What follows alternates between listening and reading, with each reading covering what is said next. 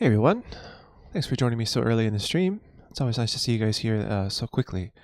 So Sharp Fight and E4, E5. Nice to see you guys here. I'm going to pull up the study that I created this morning. Yeah, E4, E5, you can, although I'll say I'm planning on playing viewers a little bit later. So if you want to wait and queue up, then feel free. I'm just going to be going over a handful of games that I played at... It's something I talked about yesterday, actually.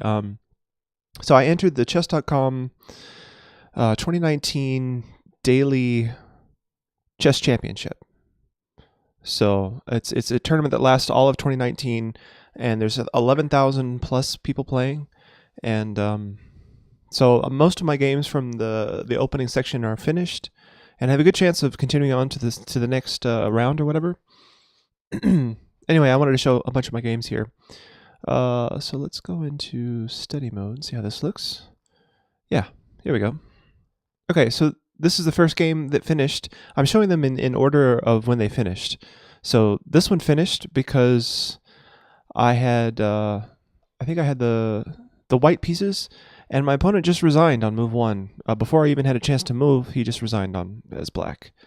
And here I had the black pieces. It's the same opponent. He just resigned on move 1. I guess he entered the tournament not realizing that he was going to have to play 22 games at once, because we started 22 games on January 1st. It's quite the challenge. Okay, in this game, again, I had black and my opponent with white. Instead of resigning, he just didn't move. So he was busy on January 1st. So a bunch of these games happen this way, but I just wanted to show them all really quick. All right, and here's another one where I had black and my opponent lost on time, but only after playing e4, c6. So e4, c6, c6 was too much for him. He decided not to play any move on January 2nd, and that was it. And then here I had white. I played d4, and my opponent lost on time, so decided not to make a move. Here again, I played d4, lost on time. I won on time. Yeah, Caro's so strong. They just don't know what to do. They lose on time. So the time control in this tournament is 24 hours per move. So they had a whole day to think about what to play against the Caro Khan. Apparently that wasn't enough. All right, so this is the first game that actually finished in checkmate. So or resigns. I forget if he resigned or if I checkmated him. So d4. My opponent played d5. c4, c6, Slav defense, knight f3, bishop f5. Okay, so for those of you that don't know, why is my chat not working here? I have something weird going on with my chat bot. Oh, here we go. Now I can see this. Okay. Yeah, so bishop f5 is actually a mistake. If you play it too early in the if you play this too early in the Slav, it's really bad for black. So I took and I played knight, queen here actually, threatening this pawn and putting pressure here. So he responded to that by playing b6, which weakens the light squares around his queen side. I played knight c3, again putting pressure here. He defended with e6, and this was basically the terminal move.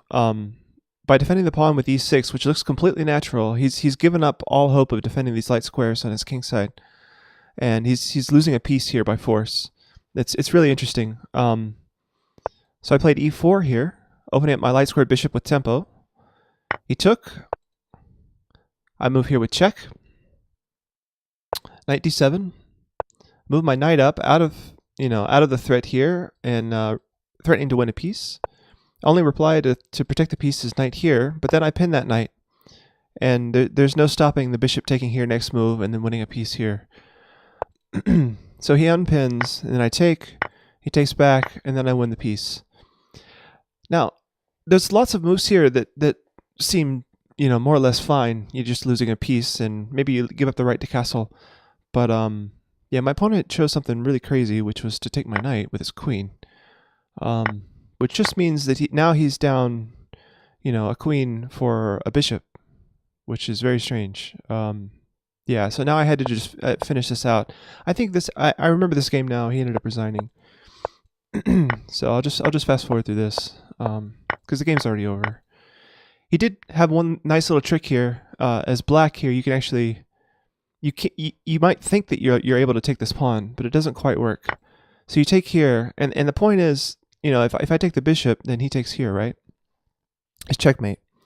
But there's a nice continuation here where I take the rook, he takes back, and then I can push his rook off of the threatening my back rank, because the only two open files are these two, and the queen controls both of those squares. So once the rook steps, I go ahead and take his bishop, and I think this is where he resigned.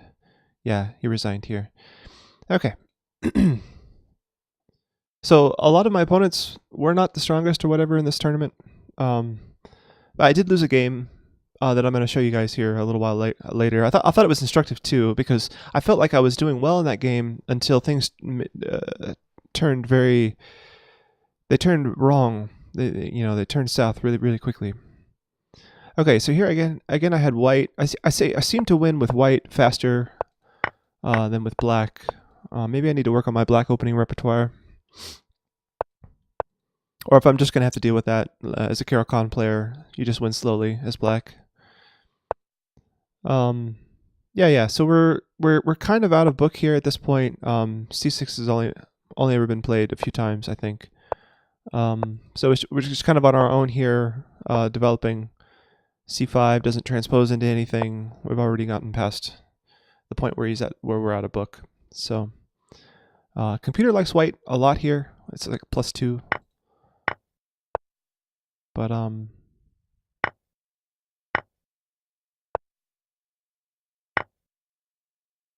yeah, and then here, yeah, I think his only move really was to go queen here. I was kind of hoping that he would be tempted to take this pawn, and then I just checkmated him. So yeah, it was a quick game. Yeah, this is why you castle early. You develop your binder pieces and you castle. All right. So here I was black. Is this a move that I lost? Is this the game that I lost? Whoop. Yeah, this is the game where I lost. Okay. So this was an interesting game. So this is the guy, if we can go back to this game, this is the guy that I beat with white like this. And he ended up beating me with white. So I'll go back. So you go back here, knight up. Just developing my pieces, challenging his bishop, and I thought taking here was actually kind of a mistake because his light square bishop is his good bishop. He needed to hang it back here.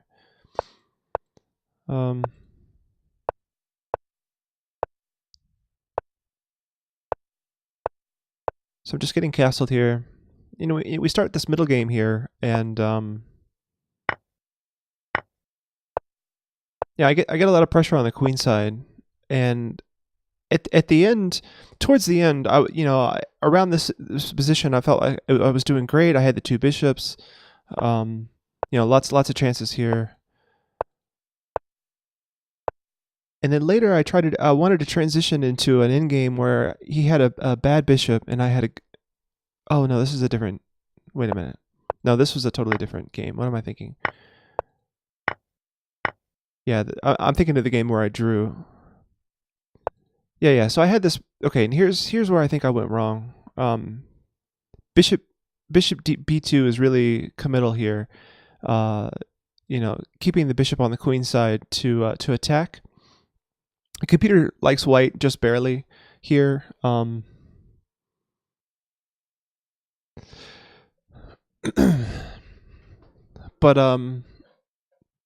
yeah, and I think my issue is that I wanted the bishop to be able to come back here. You notice my king is kind of naked over here with no defenders.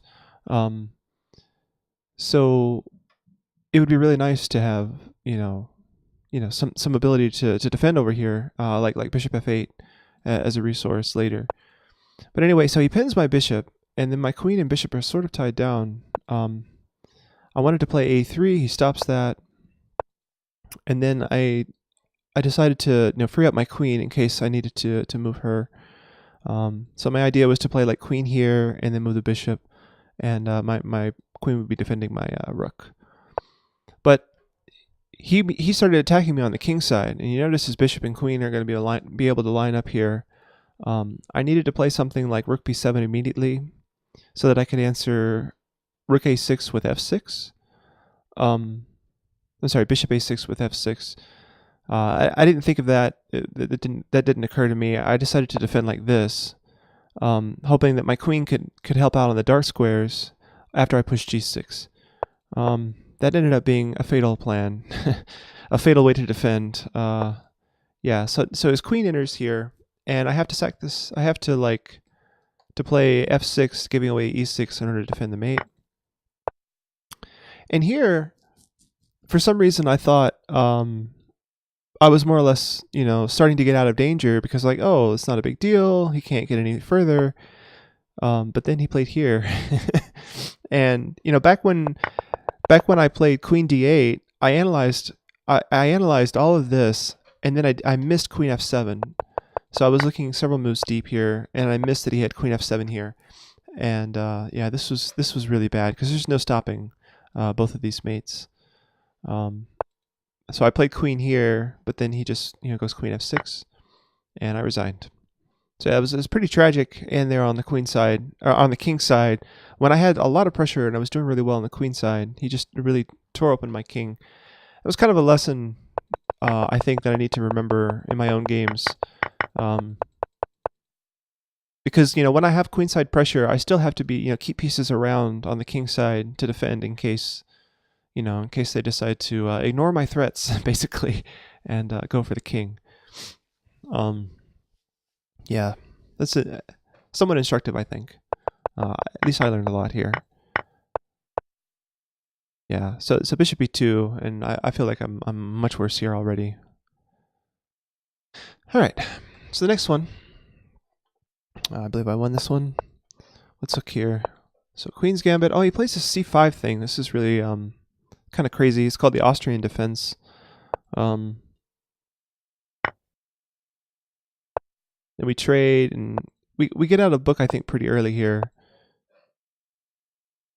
I guess you guys know when you play Correspondence. When you play Correspondence, you can use the opening book, right? So I'm always trying to play some of the best moves as white or black here, using the opening book as a guide. So we're still in book here. And then he plays the first move that's out of book, which is Queen e7. There were a lot of good book moves here, like knight e4, like d4, maybe even knight fd7 or knight bd7. These have all been played by masters in the past, but he chose not to do any of that. And he played queen here, pinning my pawn. But it just drops the d pawn, so I take it, and he moves back, and now my pawn's not pinned anymore. So I just take it. And then instead of taking my pawn, this pawn just sits here forever. Like he doesn't want to ruin his structure, I guess. So yeah. So I'm just taking stuff back now, and then we get this position here where I'm giving check, and then yeah, he's having to give up material. And then I check here, and I was thinking about winning the exchange, but I realized that probably taking the bishop here was stronger because my queen gets here, and yeah. So he resigned after I took his bishop, because after he takes back, my queen gets here, and I can take this rook for free, as opposed to only winning the exchange. So I would end up being like a rook and 2 pieces ahead at that point. So yeah, he resigned. Okay. So it goes to show you really need to double check any move you think might be a novelty, because like he played a move there that a master's never played before in that position, and if a master's never played it, it might not be that good. So you should really double check. Okay. So now d4, d5. So this is the really strong player that I played against, and I believe I won this game as white. Later on, I'll show you the game that I played against this guy as black, and I ended up drawing that one. So I was proud of this win here. I get a lot of kingside pressure actually, which is not common for me. I'm not the biggest kingside attacker. So are we out of book? We're already out of book. When did we get out of book here? So yeah, this position's only been reached a few times, and it's some line that he knows well because this is the first time for me. I was kind of hoping he would take here. I really wanted to go rook here, and then his queen's trapped, so obviously you can't take there. But so he dealt with that right by stopping rook b1. So I played b4. And I'm behind in development here because he's attacking my b pawn with this move, and he's getting his bishop out. I still can't move my bishop yet, but I end up catching up, and we get this more or less complex middle game here, where he has this option to take my bad bishop, and he refuses, and he's got both his bishops outside his pawn chain. Both mine are behind the pawn chain, so he's doing well. I felt like I was worse here as white. Computer thinks it's about equal. Doesn't prefer white or black here. But yeah, we start maneuvering a little bit, and he goes a little bit crazy with his attack.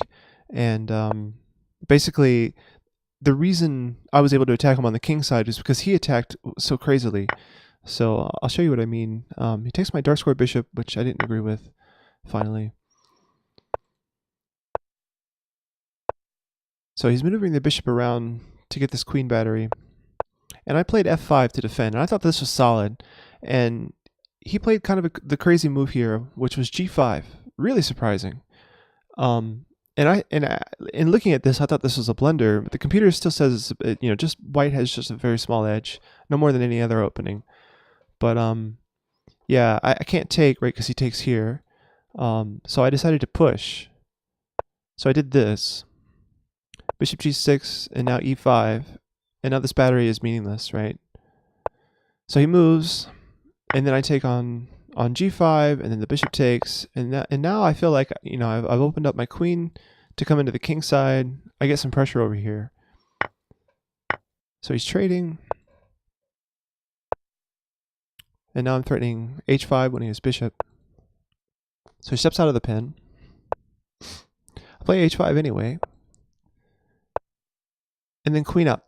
And here I think is where he blundered, because I guess he missed my queen coming here with the pin on the knight, and after the rook moves, yeah, I'm also threatening it to come here as well. So yeah, queen here, and I'm winning quite a bit here. So let's see how the game went. He played rook d8, which I think is the best move. Actually, no, it's not. The computer likes queen d8. Anyway, rook d8, and then I took the knight. He took back, and now queen f6 check is a big deal, because the knight was the only thing guarding the square, right? So queen f6 check, rook g7, and then h6, and I'm threatening mate. So he has to defend the rook. He can't just let me have the material without taking back. So he guards the rook with the other rook, which I think is the only way to defend it, right? Yeah. So now I think a lot of players would just take the rook, but it's pinned, right? Like as long as both of these rooks are tied down, why rush, right? So I just decided to build up. I wanted to to add more material to the attack, see if I can move in. So he, realizing that I was going to play rook g3, he plays bishop g6 to block the file. So I play that anyway, and then I just start to build up even more. And he plays queen up here, and I saw all of this back when I played back when I didn't take the rook. I had analyzed all his play here. Yeah, and I just saw that after my bishop goes here, my rook goes here, and my king goes here, everything is safe, and he basically can't move. He gets into zigzagging pretty quickly. So he tries queen e4. I take his rook finally because I don't want. What was I afraid of? I guess after, like, say something like rook up here, I didn't want his queen to be able to threaten this pawn. I don't know. I just took the rook just out of safety. It's still pinned here, and then I defended everything, right? All my base points are defended, and I'm threatening to take here and give checks or pile up on the h file. It was all just too much. So I played this move and he resigned. Yeah. Computer likes, instead of rook dd3, computer likes to continue with the attack with this. I'm not sure I understand that, but okay, whatever. It's all winning, that's for sure. I just wanted to be solid and protect all my pieces. But anyway, so that was that game. He resigned here. He's a rook down and doesn't really have any play. My king can go safely to h2 after a check, and he doesn't have anything after that. So, okay. A few more games here. This time against Mac 1240. So this guy played this weird gambit.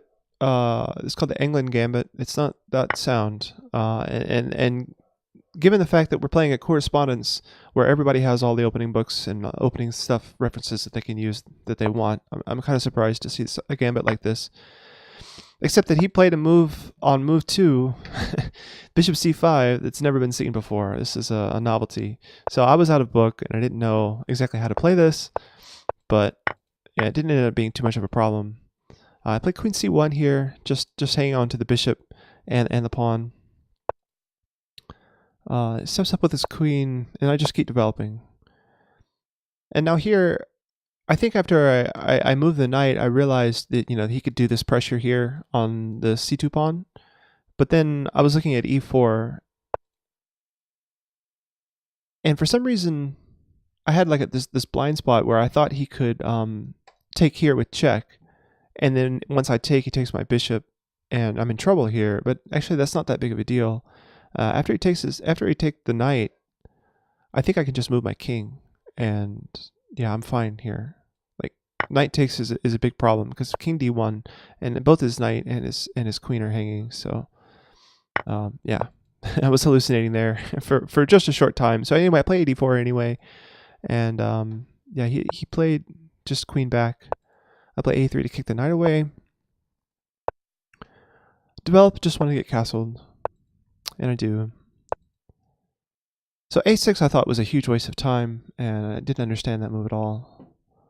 I played knight up here to get the tempo on the queen, and I'm also looking at things like bishop h5 check. Yeah, so he's giving me an opening. He's not castled. He's opening up his king side, like weakening this area around his king was really bad. And then I go here. Yeah, it's all bad news. King f8. I take his rook. He takes here, and then I pin his queen to this checkmate threat, which I guess he didn't see because he took my knight, and then I checkmated him. So quick game.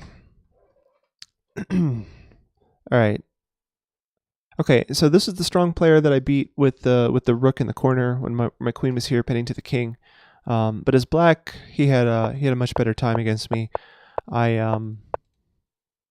Yeah, so now we're in some kind of accelerated Panov Caro-Kann. So yeah, there weren't too many book moves here after this.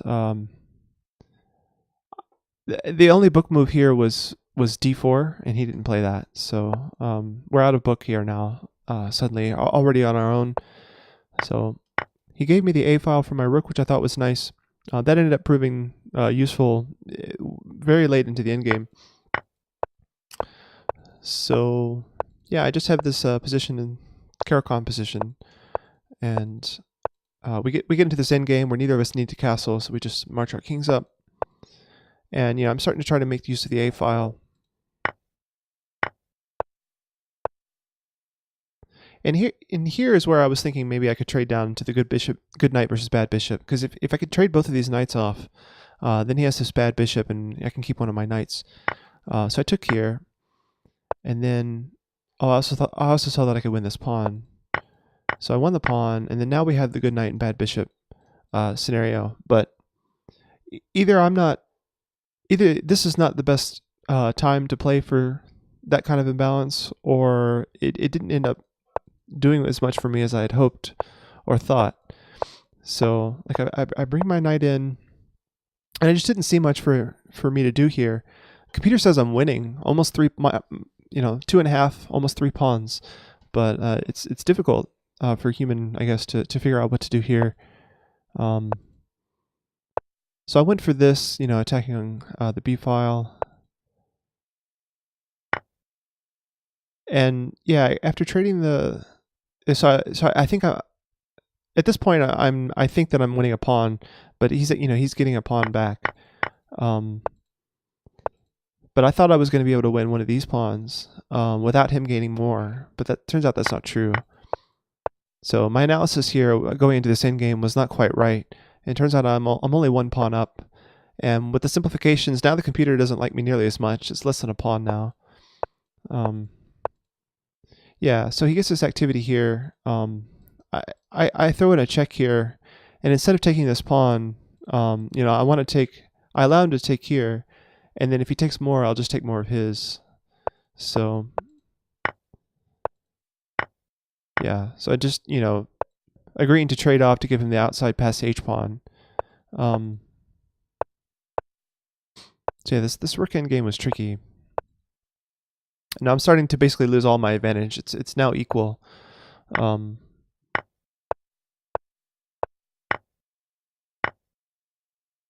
and from here on out, it's a draw. So I'll just show you how this ended up as a draw. So basically, I ended up with the passed H pawn here, and he couldn't promote really.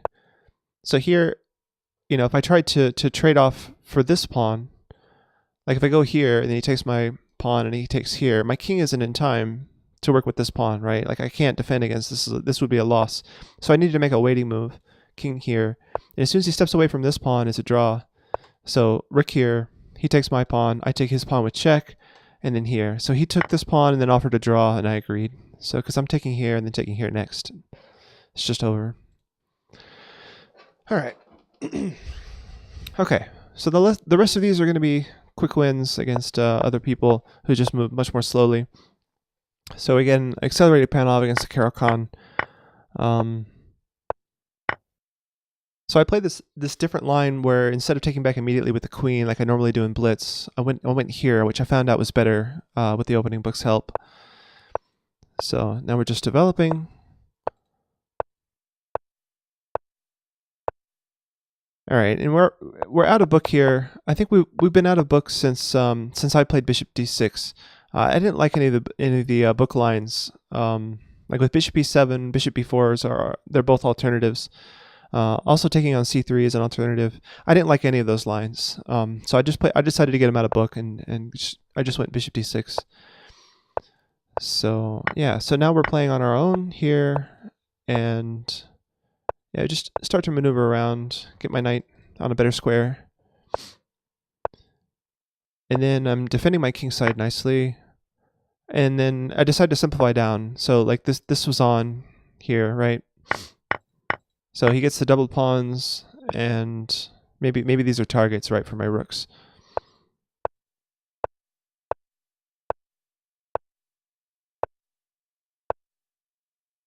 So it's a nice blockade, a la Nimzovich, with the two minor pieces. And he just lets me have this pawn for some reason.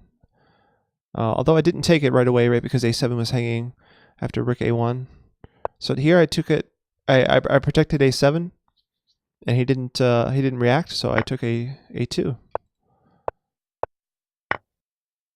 And then here, after I took the second pawn, he resigns. He just realized that the two outside pass pawns were more than enough. So that was another quick win. Okay, so here's another one. Looks like I'm black here. So E4, C6, Caro-Kann, and someone in chat last week asked me what I did against the hillbilly attack. I didn't know what the hillbilly attack was. Apparently this is the hillbilly attack. 2 bishop c4 against the Caro-Kann. It's called the hillbilly attack. That's hilarious. I had no idea that had a name. Anyway, so yeah, the correct way to meet that is d5. And basically this is kind of a blunder, right? Because black wants to play d5 anyway, so why are you letting him do it with tempo by putting your bishop here? It doesn't really make sense. And that's actually kind of the theme of this game. The reason I beat this guy is because I won so many tempos that I was so far ahead in development that he couldn't do anything.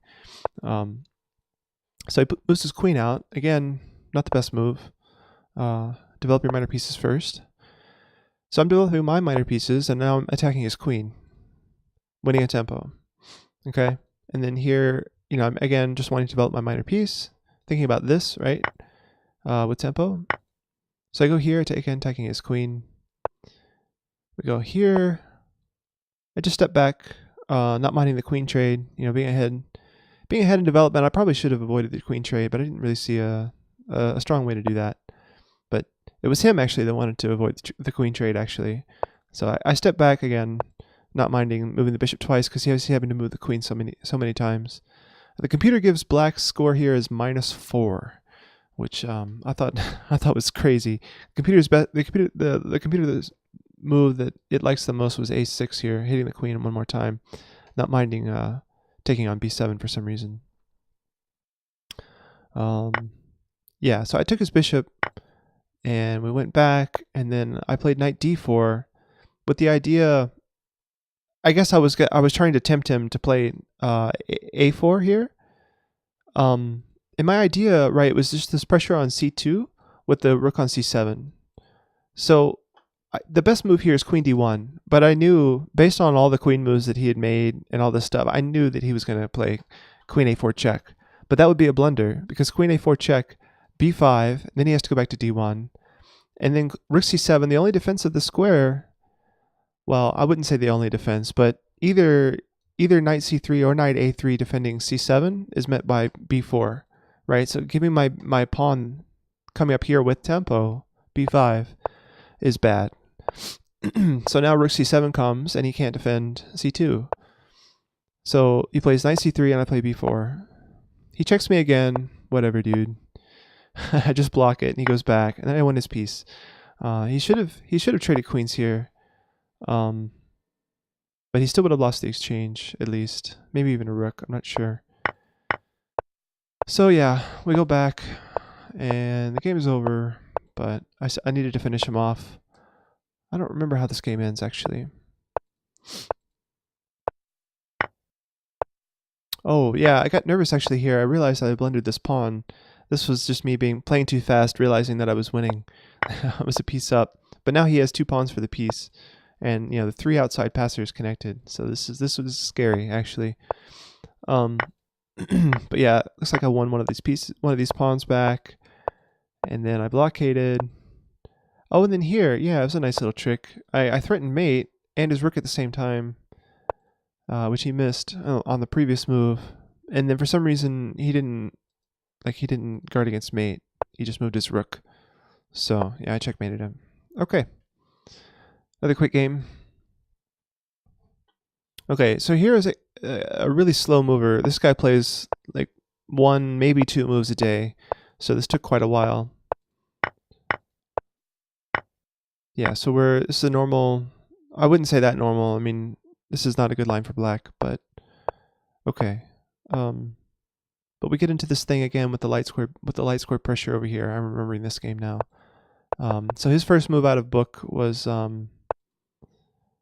probably c5 was okay, but bishop b5 check is it's only been played once and it's a win for white. So you would think you would avoid a line that goes into something like this.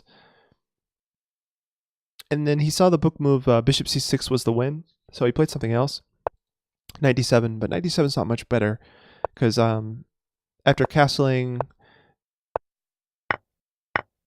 yeah, this knight's pinned, so all I needed to do was put more pressure on it. So knight here, bishop back, and queen here, and there's nothing he can do to defend the knight. So he just castles and lets me have it. Yeah, and I guess he should have traded here. I don't know, but he steps back, and then he does a6, which does nothing. Like, that's not even a threat. Like, I'm taking his rook if he does that. So I fork here instead. And I'm taking his rook, and then he resigns. All right, last one. I know this is not the most interesting stuff to watch. d4. So someone played d4 against me, and I played d5.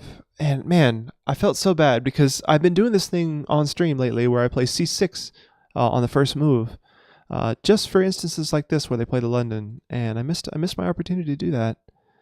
Although it probably wouldn't have been that great against someone who's able to use an opening book. But okay, So c3, kind of passive, but it's a standard London reply, I guess. e3. So he's just playing the London system, and I'm looking at book lines, trying to find the best move ideas and things. And I found this really cool idea where you play c4 to kick the bishop back, and then you can play bishop here, because I have pressure here, right? So he plays queen c2, and my idea was to play c4 here. I saw this really cool line in another variation of the London, and I decided to go ahead and play it here. So c4, the bishop goes back, and then you play bishop f4. Sorry, bishop f5, hitting the queen. And it's really nice because the queen can't take the bishop because I win the rook. So he saw that I was winning the rook, but didn't play the best move here. He needed to play queen c1 to keep his eye on the pawn. So he gave me like 2 pawns here because he had to save his rook. And then I take this pawn. Yeah, and black's winning like crazy here. Computer gives -5. But yeah, so this is just nothing. Like, I'm just trying to convert this extra pawns advantage. This is a nice place for my knight. I saw after this trade I was hitting his rook, and yeah, this all felt really natural, really nice. And I guess he missed that I was attacking his rook. I don't know, or didn't care. Okay, but yeah, this is a really easy conversion. He kept attacking things without like, the rook up here was terrible. Like, you know, like, this is the important thing, not this. You need to. I don't know. It's actually hard to recommend a plan for white here, but yeah. So I win a piece for my pawn, and then I start pushing my a pawn. I win even more material for that one. I'm not sure why he let me have this bishop. I think people just play moves really fast sometimes on these daily games without realizing that they can, you know, use as much time as they need to figure out the best moves. But yeah, anyway, either that or they didn't want to resign and was trying to wait for me to lose on time, I guess, because a lot of people do lose on time, as you saw in the beginning. So yeah, I win that, and he takes my knight. I take here, he takes there, I take here, and then I just realized I'm mating him. So there we go, checkmate. All right, so those are all my games so far in the chess.com Daily Correspondence Championship. So kind of fun. All right, so if anyone watching wants to send me a challenge, I'm available to play viewers now. I think while I'm waiting on a viewer to send me a challenge, I'll go ahead and play some 5-minute chess. So here we go.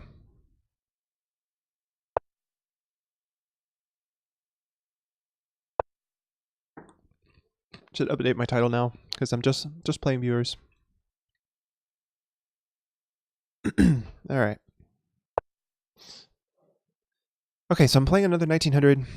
This is a blitz game. My blitz rating has gone up quite a bit. I don't know how long it's going to stay up over 1900, but yeah, we'll see.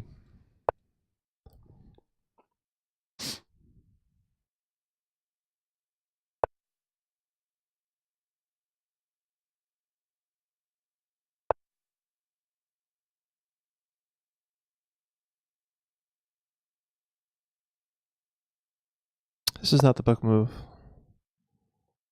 Okay, so he's giving me the pawn back now. Or he's just letting me have an extra pawn now.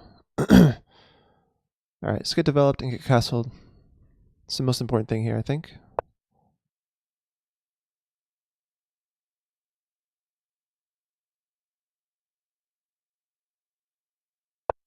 Usually they fight against the pawn with f6 instead of d6, but I guess this is fine. This is fine. Only thing is, it gives me pressure against an isolated pawn right away, so it can't be that comfortable. Knights before bishops. Yeah, why not? Sonic Castle. Hey, how's it going? You missed me going over all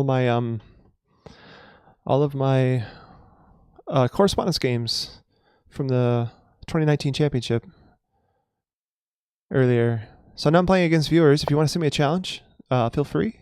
No one's in the line right now. I can play as soon as this game's over.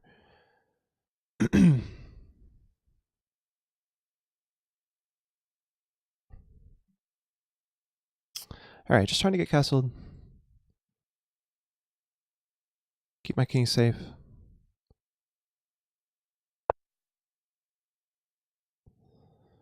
What is that move doing?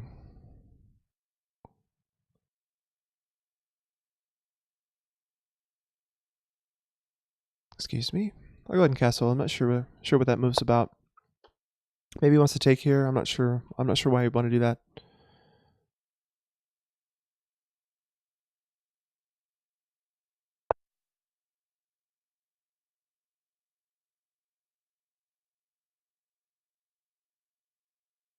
So I have an idea to play bishop g5 here. I'm not sure. I can also move my knight in here.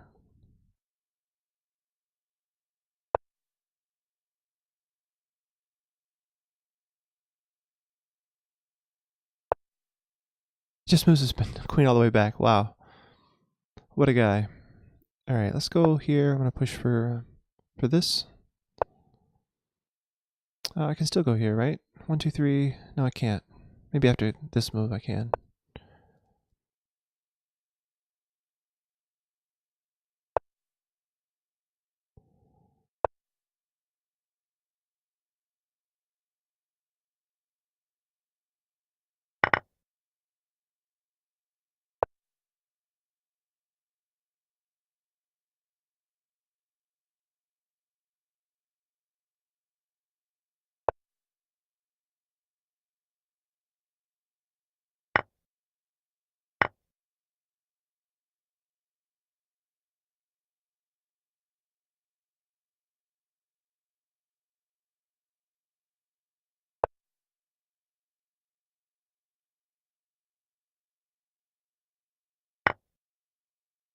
I think I'm winning the exchange now. Good news. Oh, I'm not. I go here. Uh-oh. I missed that.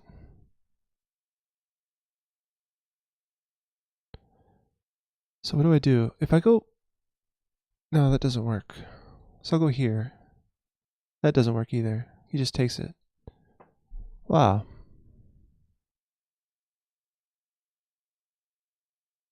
So I guess I have to go queen up here.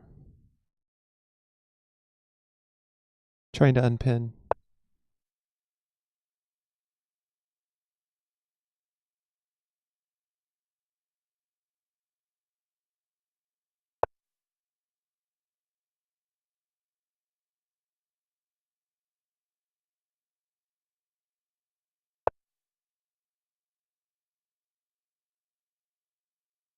I want to play here. Yeah, like c5 and b6 is a serious threat, I think. Although c5 he just takes b5. So I have to prepare that somehow.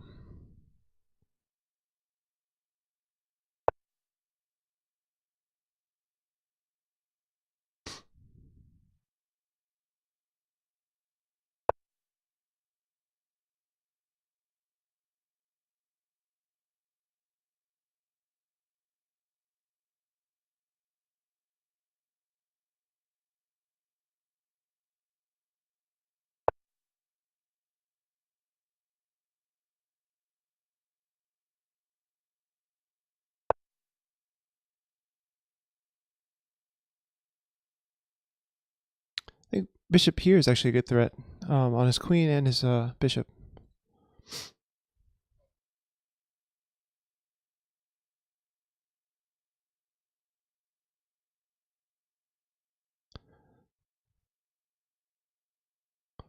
Sonic has to see your challenge for a 5-minute game. Sounds good. Yeah, Sonic Castle, you caught me pretty early in the stream.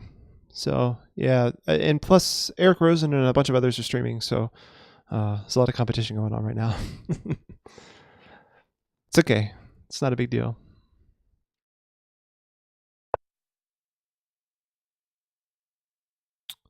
Okay, so I think this is a... No, he can just take...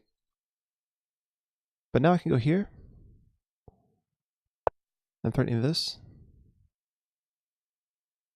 Yeah, it ramps up over time. Like later in the later it is, the more viewers I'll have.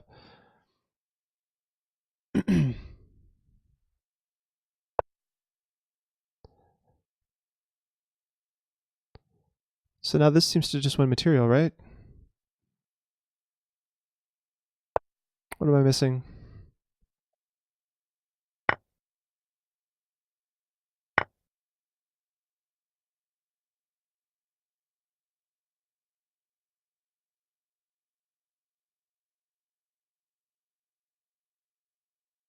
You also sent a challenge? I've been lurking, but sent a challenge. Okay. Actually, I don't see your challenge actually at the moment. I don't think that really accomplishes anything, does it? So do I take with the pawn or the rook? Probably the rook makes more sense. The pawn. The pawn. It's past pawn now. Yeah. That's a free queen. That's probably a mouse slip. I guess he meant to go here. Okay. This guy's tilted, obviously.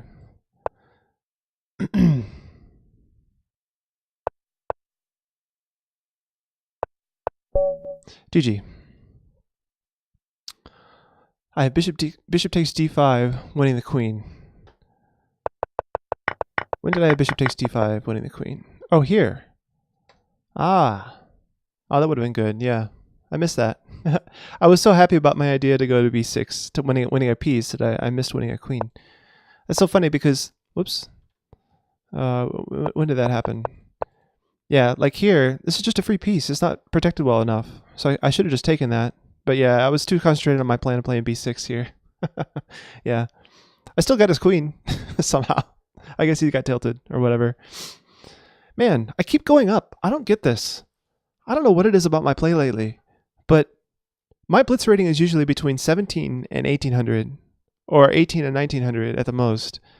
1920, 1930. That's getting up there. I don't expect to have that normally. But okay, maybe this is the new normal. We'll see. All right, Sonic Cast was first. 15-second master. I guess that's Phil McCracken. So I have two challenges now, one from Sonic Cast and one from 15-second master. Sonic Cast was first, so I'll go ahead and play you. All right, so this is casual. Thanks for sending casual, by the way. Yeah. All right, so Sonic Cast is prepared for the Caro-Kann. I remember this line with h4 that he plays, as I recall.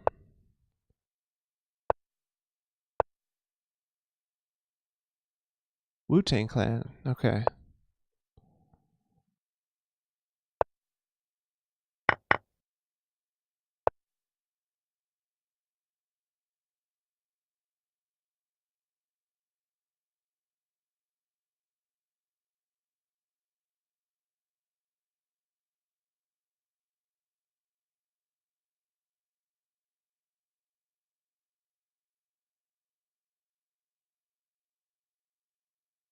Requiem for a Dream, that sounds good, actually. I'm just going to use my streamer authority to skip this and go on to Requiem for a Dream. Oh no, it's not playing. I'm approaching you in rating. I feel a little bit uncomfortable from this moment, considering as an opponent. Wow, nice. All right, bishop d2. I don't know about that. I don't know about that move. Okay, good. It's playing now. I love this Requiem for a Dream. Okay, it's just bishop b7 here. It's a beautiful song. I'm not too into rap, but I will listen to it on occasion. But right now, it's not one of those occasions. Sorry to whoever requested that. Oh, Fonza. Fonza requested the Wu-Tang Clan.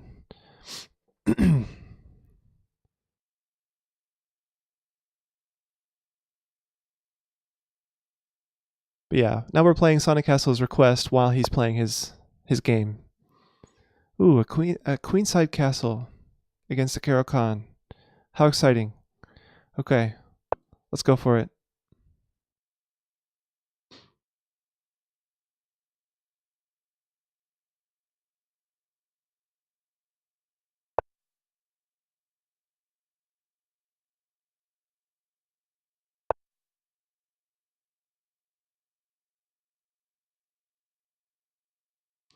What is the main move for white instead of bishop d2?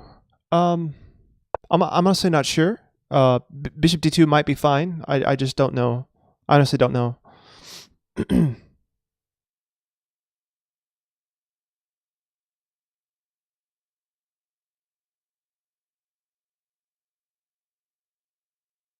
Bishop d2 just looked a little passive to me at first sight. I'm not sure what alternative you had, really. Maybe bishop f5 would be a little bit more active.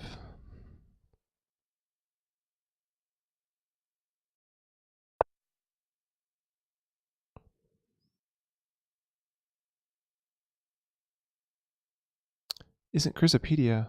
What's Chrysopedia? What? I'm missing something.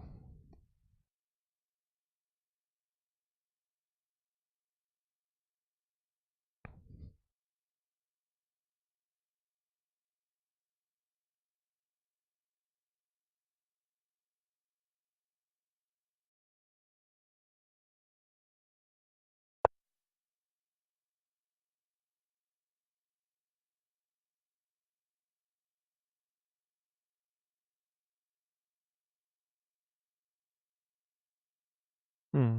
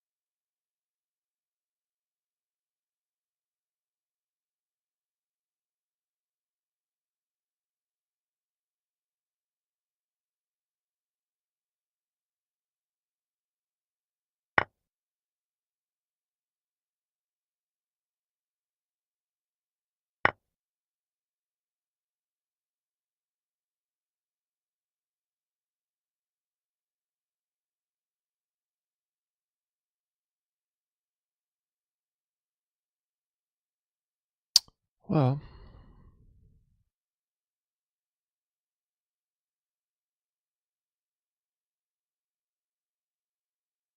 start with rook here.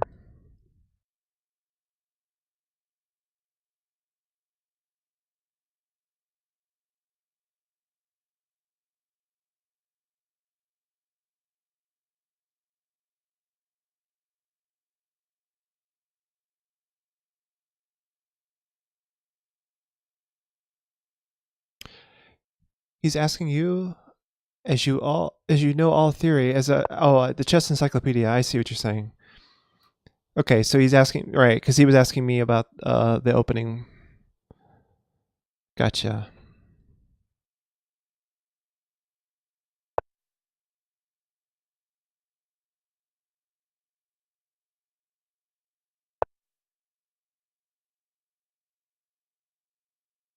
That is a checkmate threat. Let's come back here.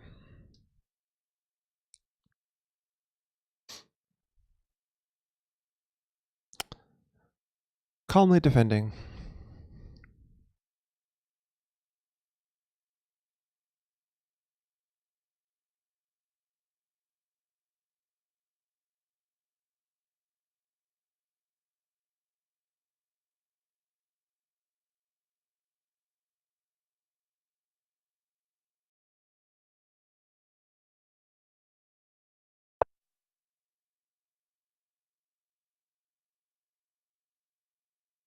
Interesting.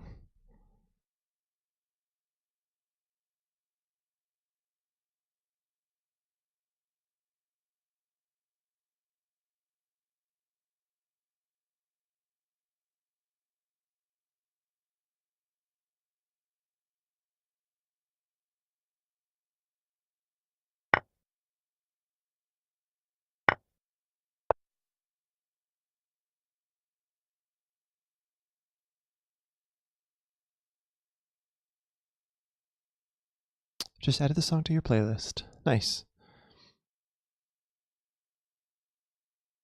It's a beautiful song. It's from some movie, as I recall. Yeah. I saw that earlier. It's Queen somewhere. This mate thread's gonna be a problem, isn't it? Oh no. Huh.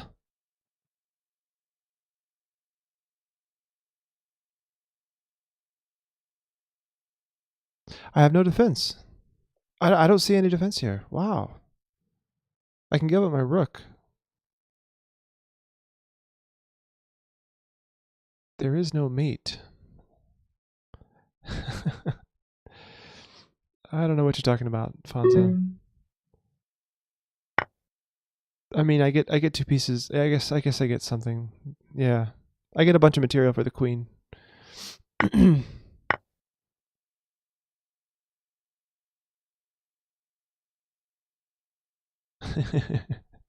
Thanks, Fonza. That's funny. I feel bad. I mean, it's just a casual game. Yeah. This is casual, Fonza, so I guess that's not too bad what you just did there. But yeah. Check. Check.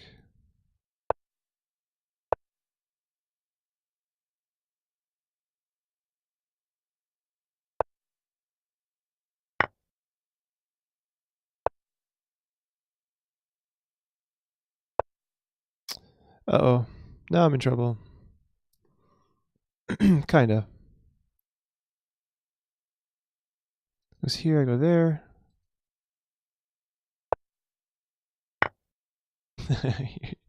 I'm your seconds. Okay.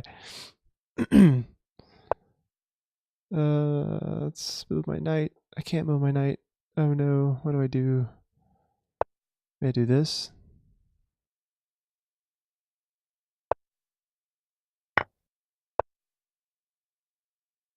Shoot. Time. I have no idea what I'm doing.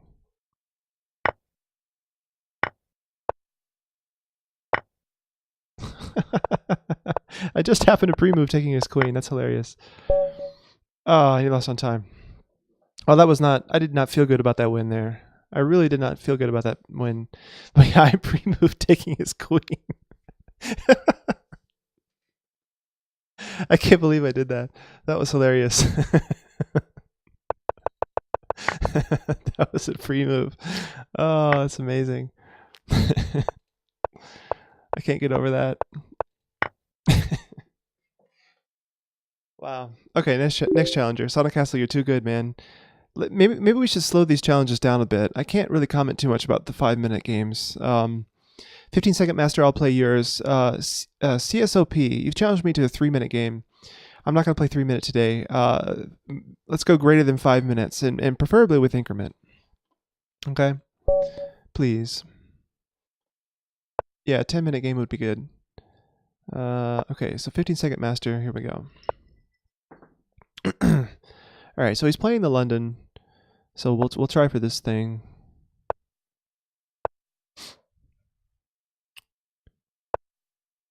He's seen it before, obviously. Good deal. So a lot of people will take here, and you lose your bishop for that.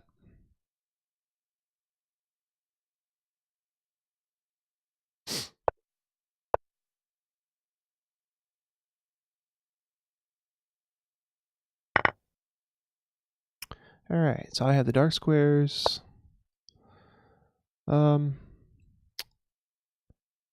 What shall I do here?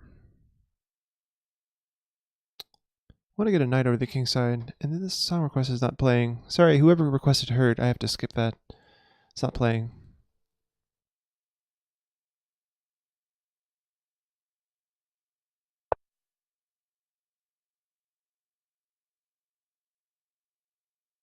Mind Brand. Okay, so this is the Sonic Castle song, right?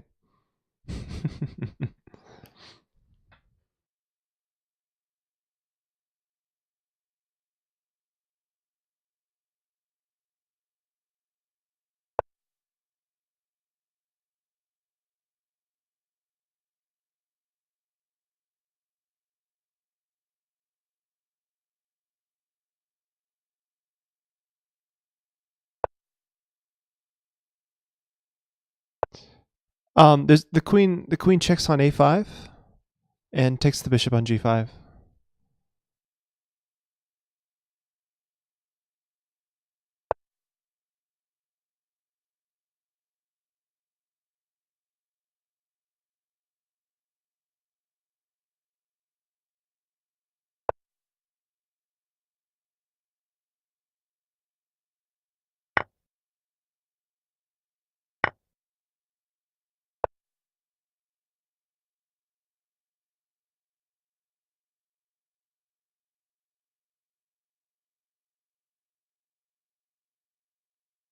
Yeah, this is probably was not the best line to play. I'm just making moves, I think.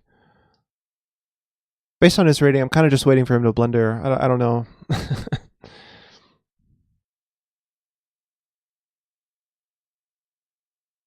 That may not be the best plan.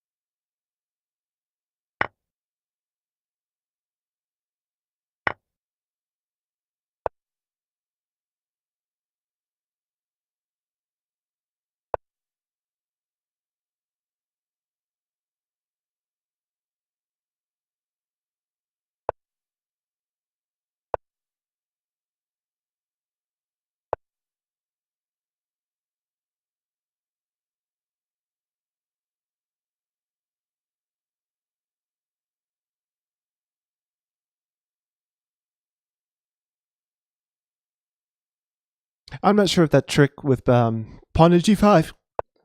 Excuse me. I'm not sure if that trick with pawn to g5 is worth changing something that drastic about my opening repertoire. But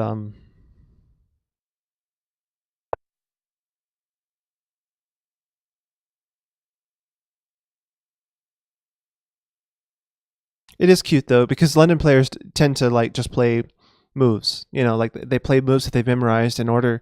And if you throw them off guard with something like g5, maybe they won't calculate. So it has happened to me more than once where I won a piece against a London player. Like I've had that line with queen a5 check, queen takes g5, probably 3 or 4 times in blitz, where I'm just a piece up because they weren't paying attention.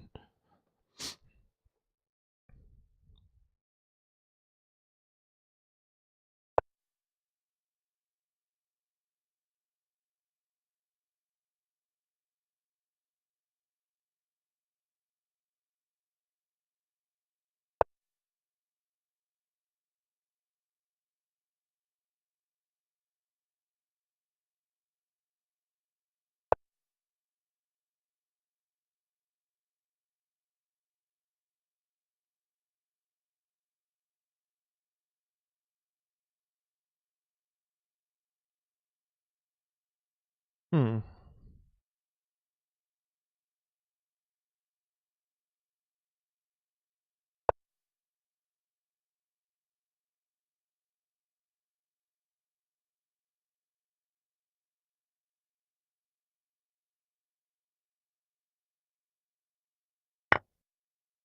Whoa. I totally missed that this was hanging. Holy crap. Oh my god. So now I'm down a piece against this guy. That's not fun. That's not fun at all. Shoot. What am I going to do now? Yeah, the only reason this bishop wasn't hanging before was because this was pinned. Wow. Uh-oh. Fonza, back when that happened, I wanted to be able to back up the bishop like with a rook here. So I was preparing that with king h1 first for some reason. I'm not sure why I decided that different move order. Okay, so Hun 10 is not playing. Sorry, I have to skip that. So now we have Fiona Apple. Cool. All right.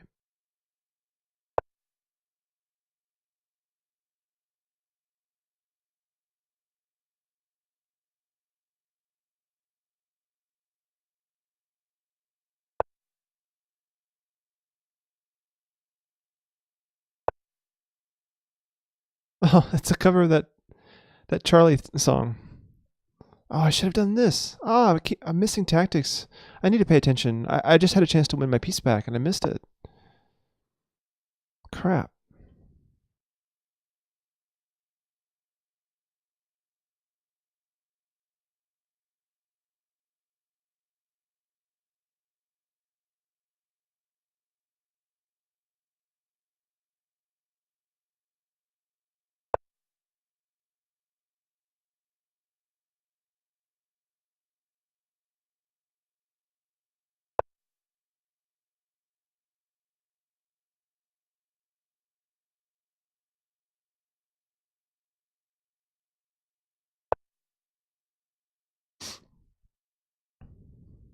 I'm probably just going to flag him at this point. Like, I don't know what else to do.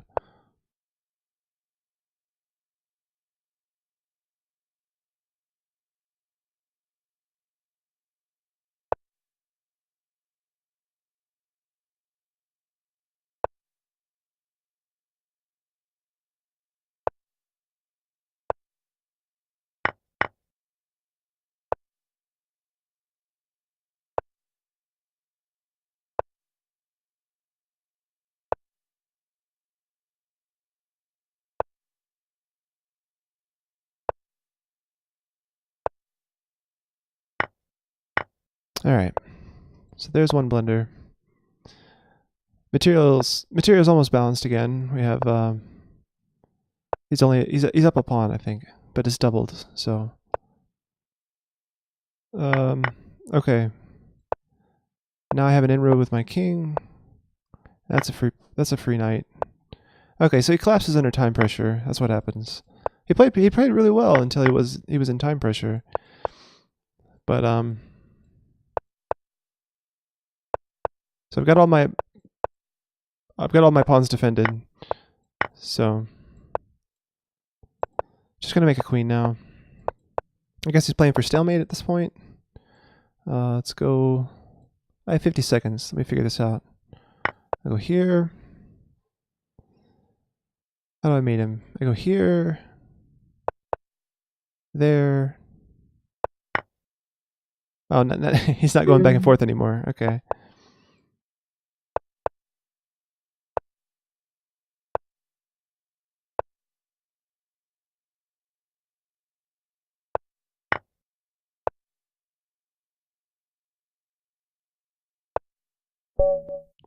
GG, 15-second master. All right. Yeah, that was close. I ended up dropping a piece and then winning it back later. Okay, Sonic Castle now wants to play a 10-minute game. Curly Carlos has challenged me to a 3-minute game. 3 minutes no go, Curly Carlos. I need a longer time control. 5-3 or higher. All right. Okay, now I can talk. Phil the Kraken, good game, man. Good game.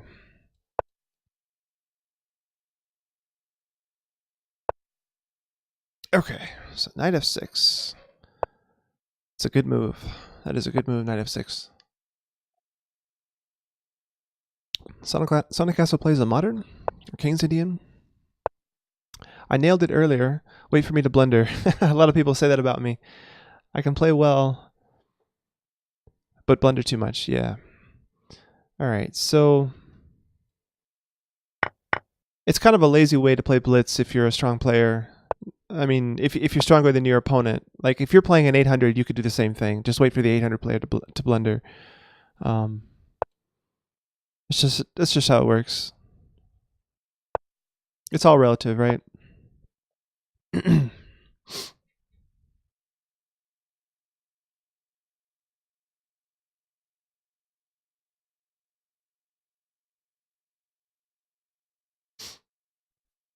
Swagga, I want to see a clip from when I played Naka the other day. Hey, that sounds cool.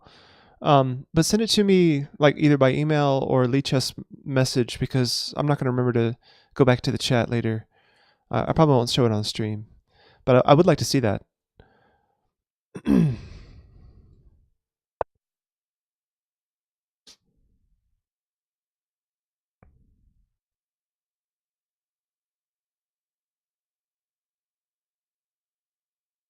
I said it some time ago, but cannot remember anything. Are you talking about this bishop d2 line? Sending via Twitter. Okay, sounds good. That's perfect.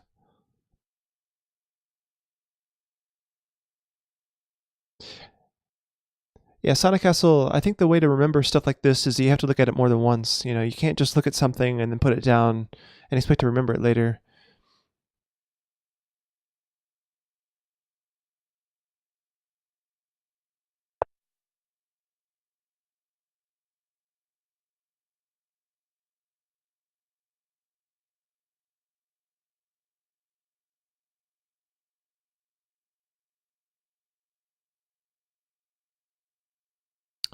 Bishop e3. Well, I played bishop d2 first, and then I played bishop e3.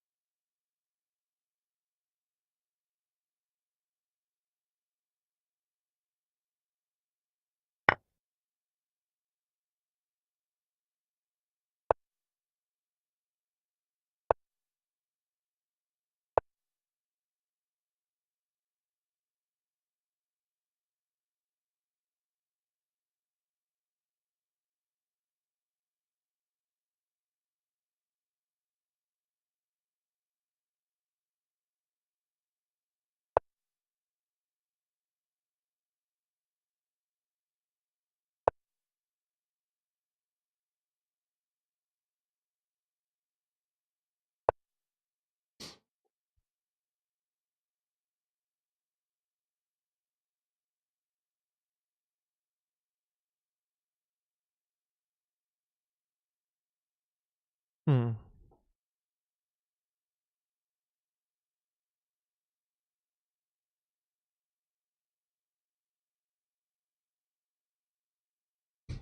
Spy Guy likes this music, apparently.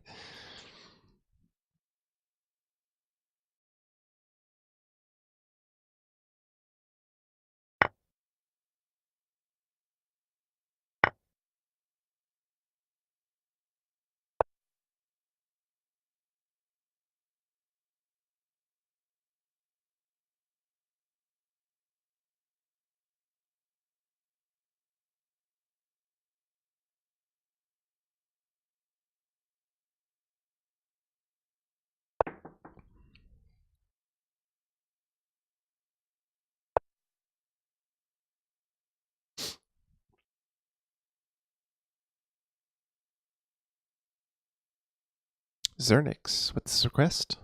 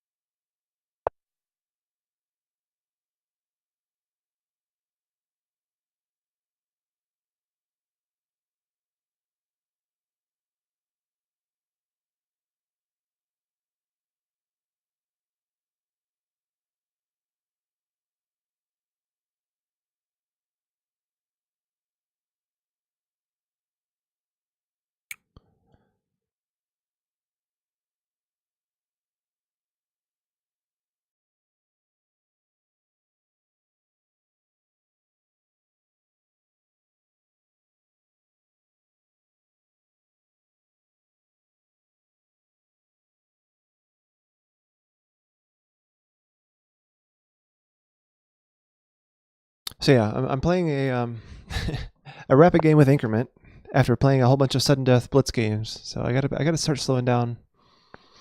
I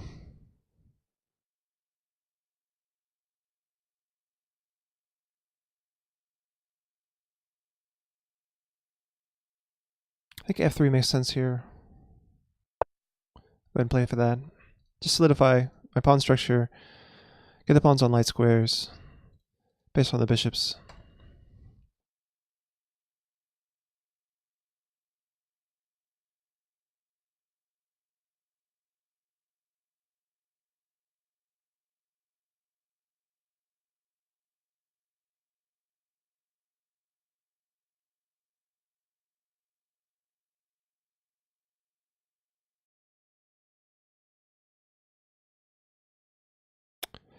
It's kind of interesting. We're both being a little bit reserved with our pieces. I haven't really probed his position all that much, and he hasn't really touched mine either. I feel like I've gotten pretty much everything I wanted out of the opening, and probably he has too. So that's just a matter of whose choices were better. Um,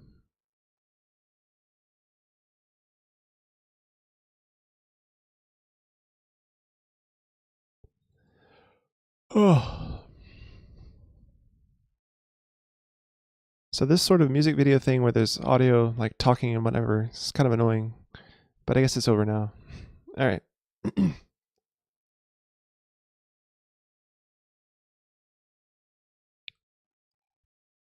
Okay, it's not over yet.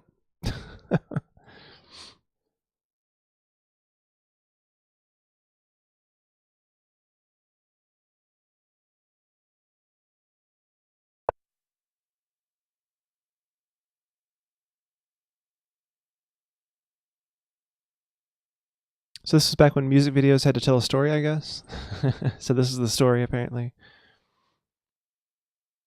All right, so night back here. Wow, that's interesting.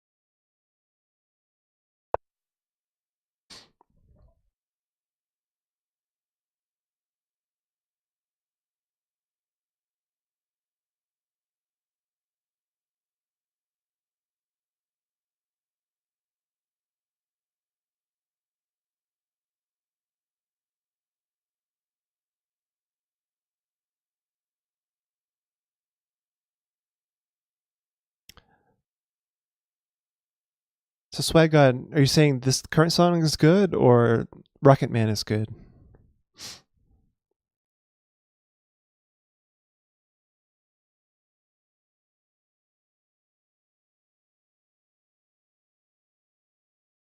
Yeah, I gotta say this is the first time I've ever heard this song.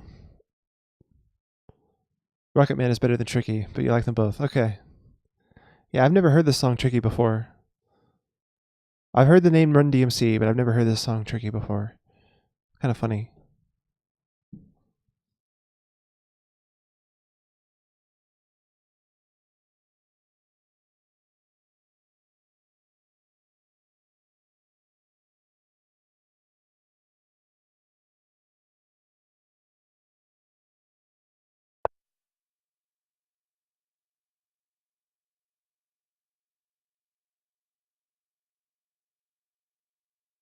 Bottling up is nights like this. Wow.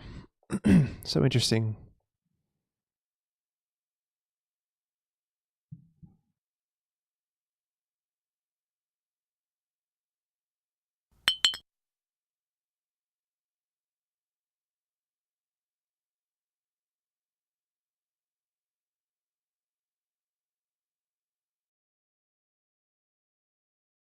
Hmm.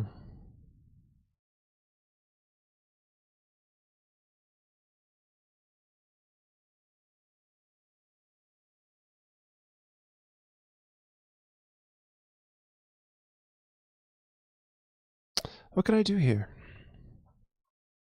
It's not easy. It's not easy to find a plan. Black is so solid. Hmm.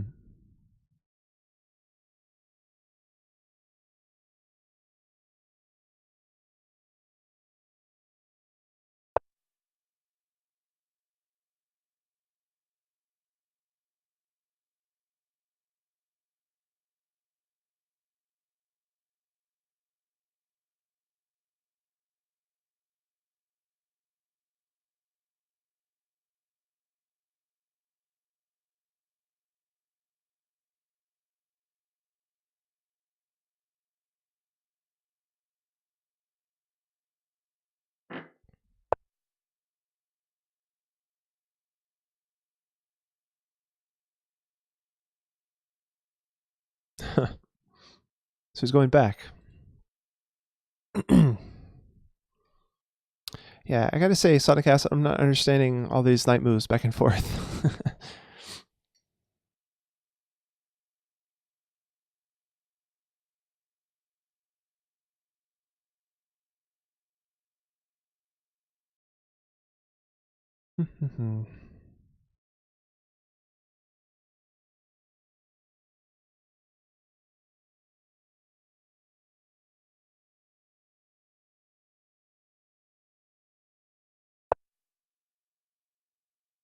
Yeah, so I got it as Resident Sleeper. Yeah, there's not much happening.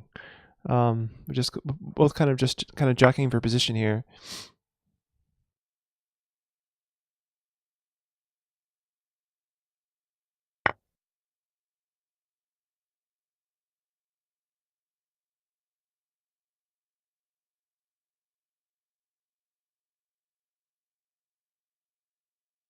He's got this check coming, which I'd have to take back with a knight. That's not ideal. But I could check here first. Not check, but trade here first. Then I can get this in. But no, I can't because he takes here, and my rook can't leave the back rank. Okay, so let's go here.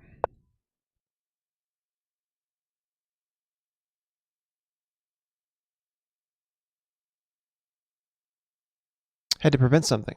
Okay. You're talking about your knight moves?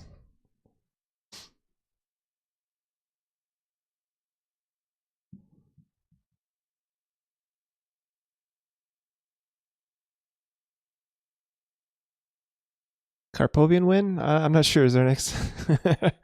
We will see.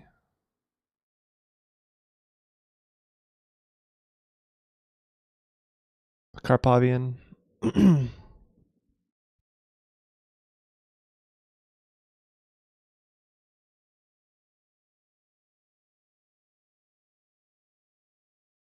How long have I been working with Pi?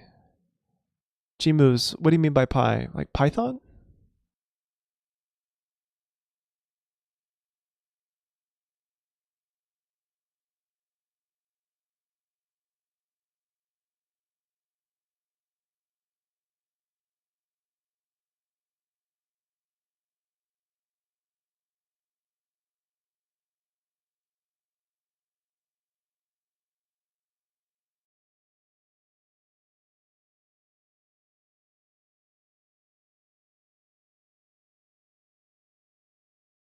Hey, 3-hit chess.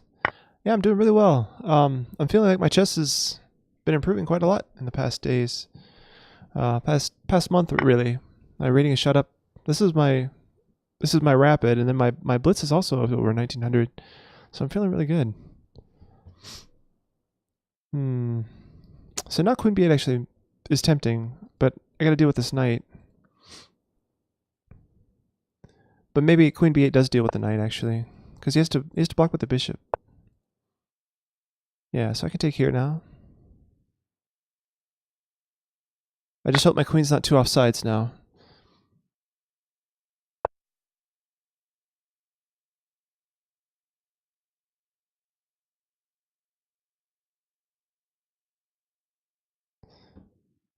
Let's bring my knight around. Although this move's possible. Hmm.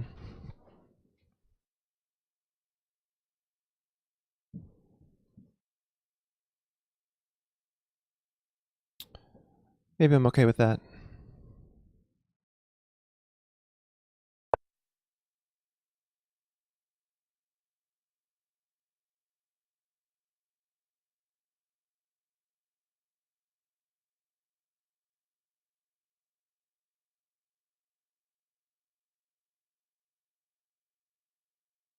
How about the bullet rating? I haven't played too much bullet, so it's stuck at 1800 right now.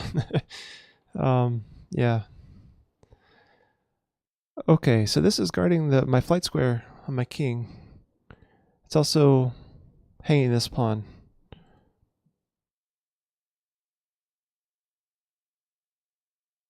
Let's go here.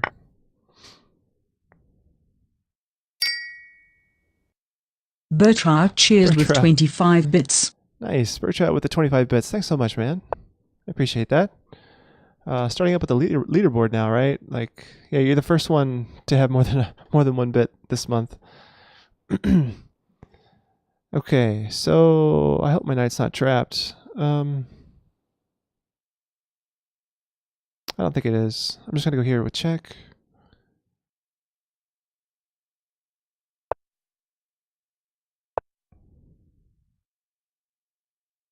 Take the queen.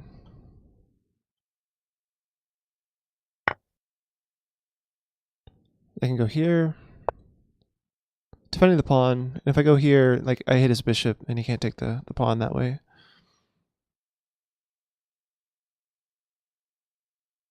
I'm supposed to go bishop here. Okay, he doesn't go for that.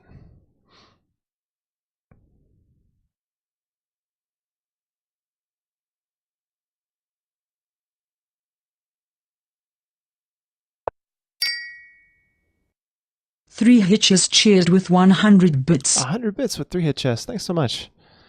All right. So now we have some competition for the leaderboard. All right, my king feels dangerously unsafe where it is right now. And he's also threatening this pawn, which is uncomfortable. Not really sure how to solve the problem with my king. What do I do here? Only 2 minutes. Maybe I should start marching my king this way. It doesn't really help, right?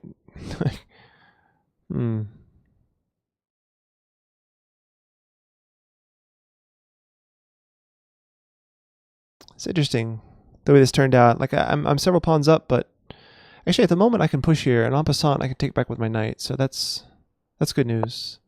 Let's go ahead and do that. I just realized that this is my weak pawn, and I can trade it off if he takes this way, or I can push it and get a pass pawn. So yeah, 3 hit chess. Thanks so much for your support, man. You've been with me since almost since I started. You found me, I think, a couple of months after I started, or a few months after I started. I appreciate you you watching me for such a long period of time. You and Fonza, all you guys, been here since the beginning, basically.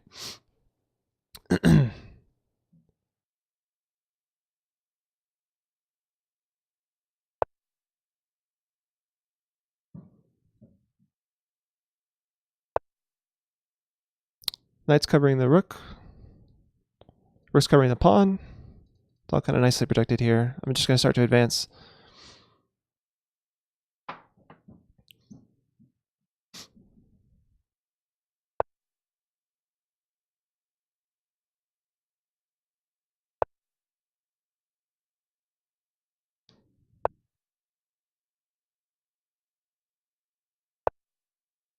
I just want to push now.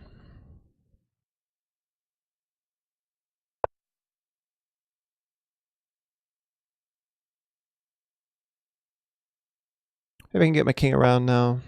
Just start to come up this way.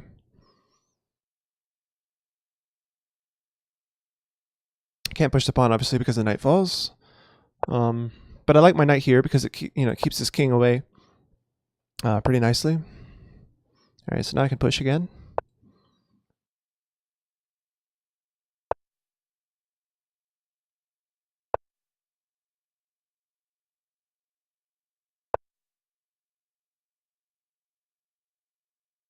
So here, here, here. Oh, his bishop's got this square. But wait, do I win the bishop? So it takes here.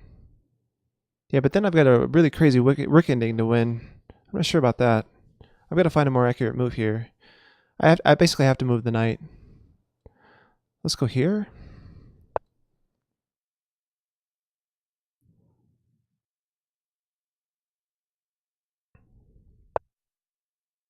Oh no, I just dropped my... Oh, that's terrible. Whoops.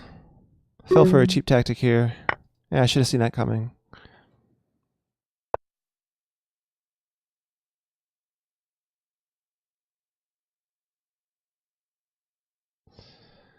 Oh boy.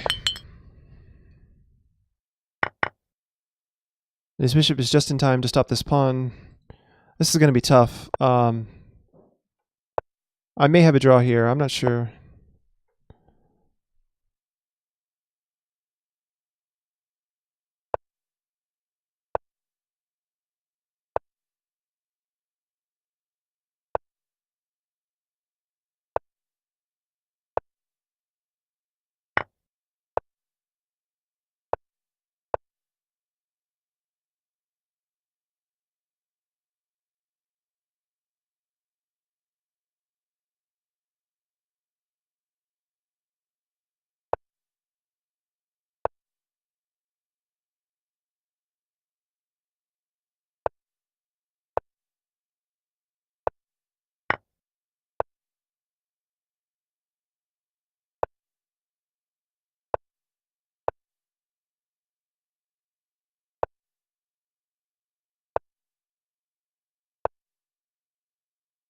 Ooh, that's good.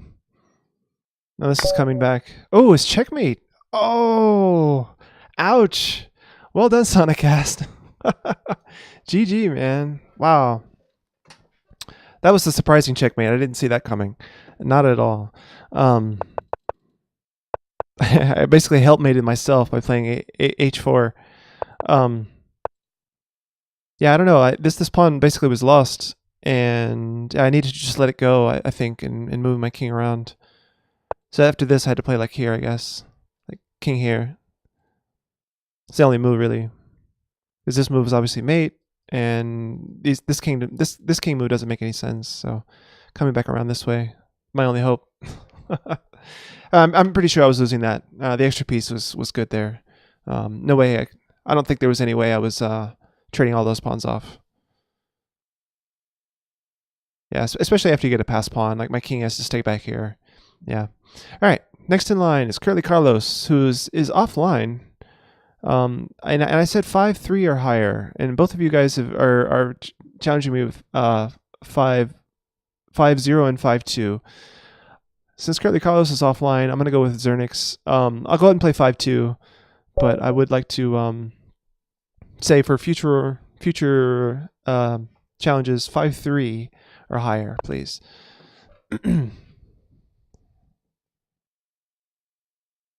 Ooh. That's okay, Zernix. You're close enough. Close enough for now. No kids.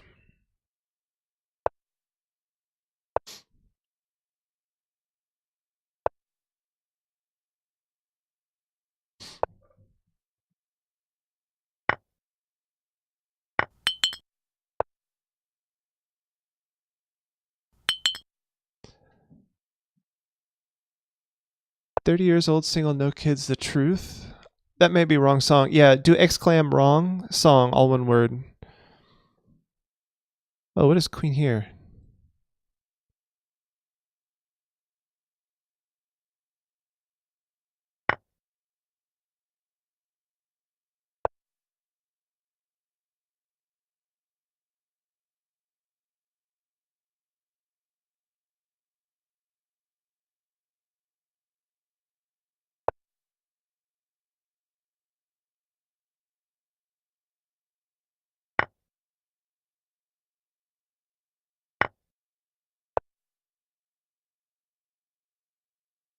Okay, so I'm up a pawn. And that's just due to the faulty bishop f5 Slav. I usually win a pawn by force. If any of you were here for that correspondence game I showed earlier, I won a piece against another guy in this opening.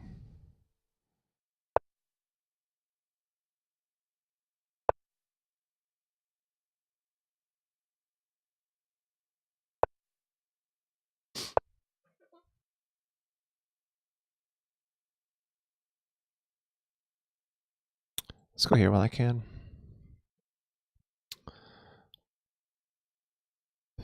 Fadi Ben Hamuda. Hello. Big fan from Tunisia. Wow. Well, thanks for chatting with us. Thanks for joining the chat.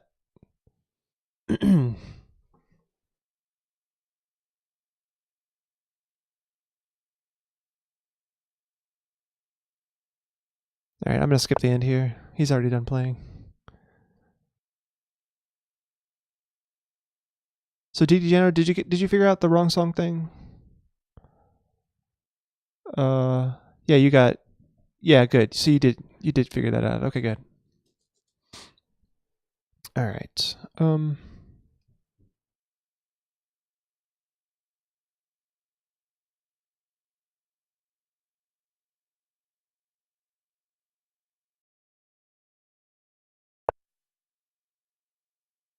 Cool. Cool. All right, so I won a pawn. I have a decent position. My bishops could be better. We'll see about improving those in the near future. Just gotta get my king safe first.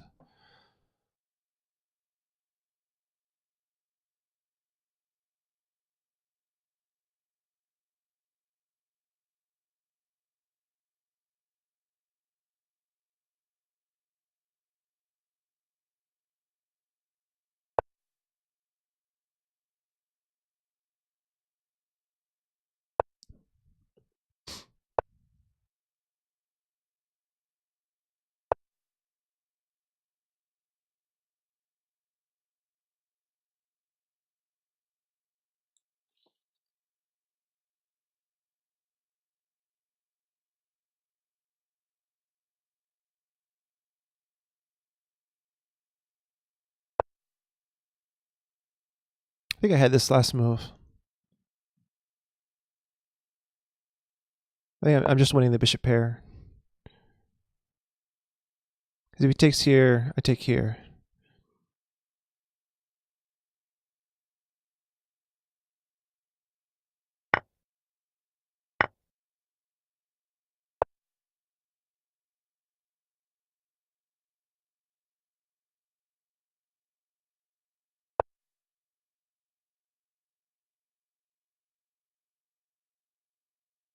This song should play when I play against you. I'm not even paying attention to the words. What is he saying?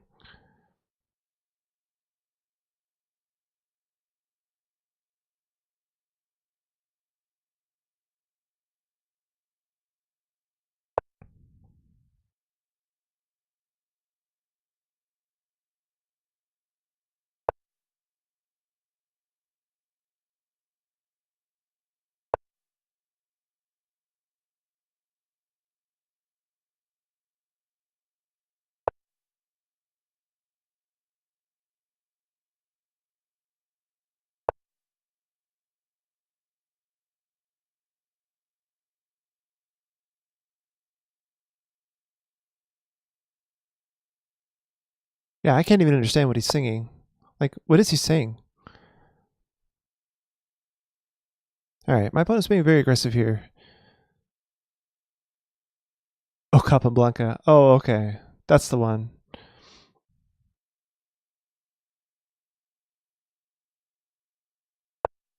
Especially if I have black against you.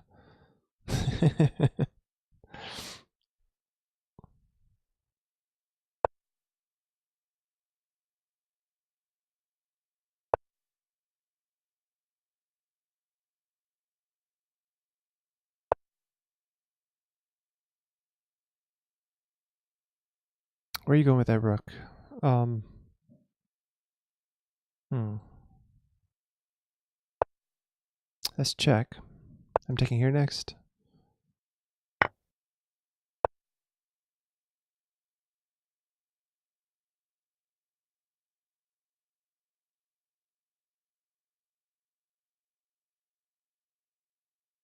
His knight is very close to being dead. He just doesn't have any squares, but if I push here, he has this square. Um,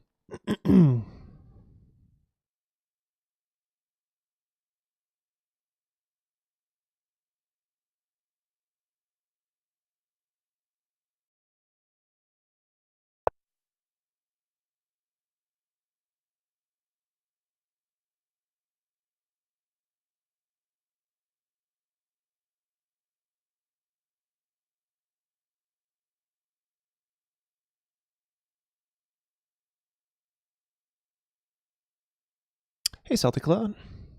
Hey, welcome to the stream. You said good morning. Where are you that it's morning right now?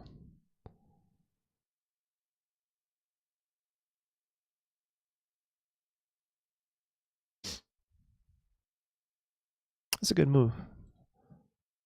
Okay.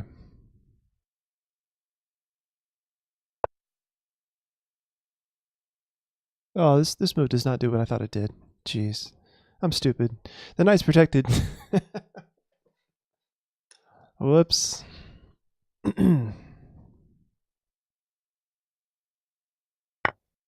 Yep. Yep. Okay. Well, now at least I have this move. This I can get in here. This is awkward. My king side is full of holes here, but knight here actually I win a pawn, right? So maybe it's not the end of the world. I don't win a pawn actually because I dropped my my advanced pawn here. Wow, he's sacrificing. Okay. I'm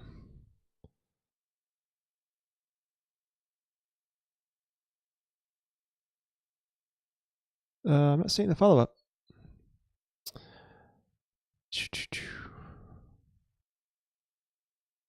What can I do here? So takes, rook takes, and then say king here. What does he do?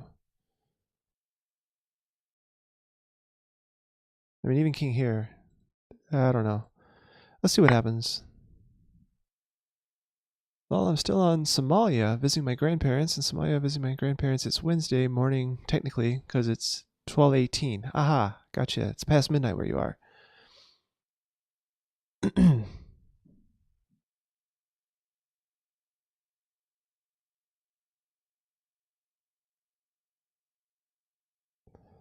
I came right when Chris self-mated himself. Happens to us all. Yeah, those in-game mates can be hard to forget sometimes. I'm gonna be remembering that pattern for quite some time.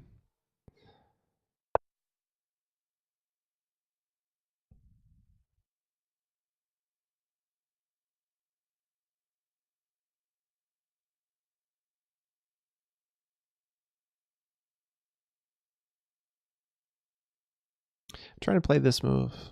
This was like a nice threat.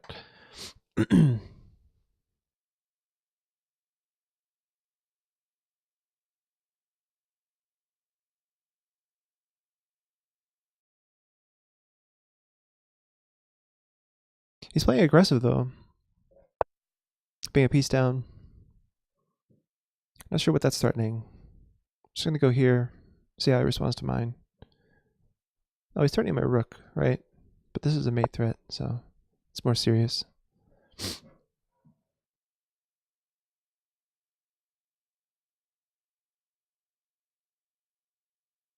He can go queen here, but then we trade queens and I should be fine. Then my piece up. He's got rook back there too.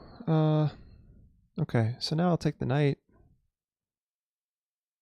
Then I can take the pawn with the rook, and he can't go here, right, because of mate. So with the extra rook pressuring this way.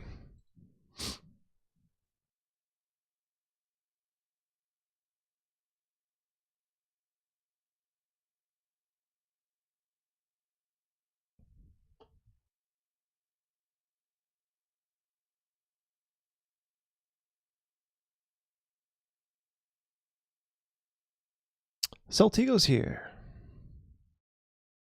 Is he here, Swagot, or are you just like calling out people who aren't here? Oh, hey man, how's it going, Saltigo? Just playing some Bliss chess here. Playing against viewers actually. Saltigo, have you and I ever actually played against each other? I'm not sure. I'm not sure if we have or not. I think I need to go here. This looks threatening.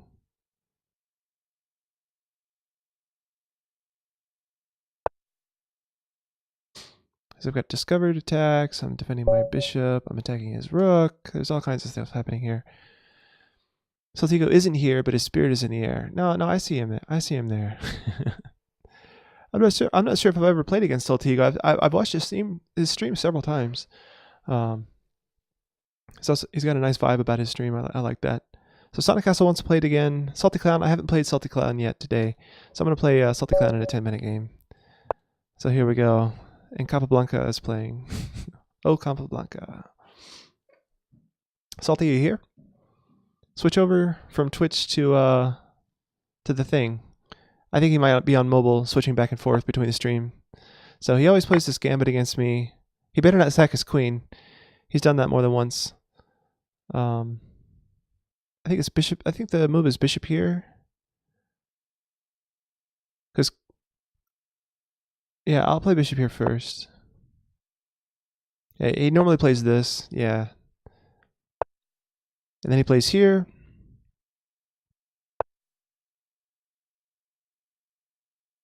And then I'm supposed to go like bishop back and then knight up or something. Yeah.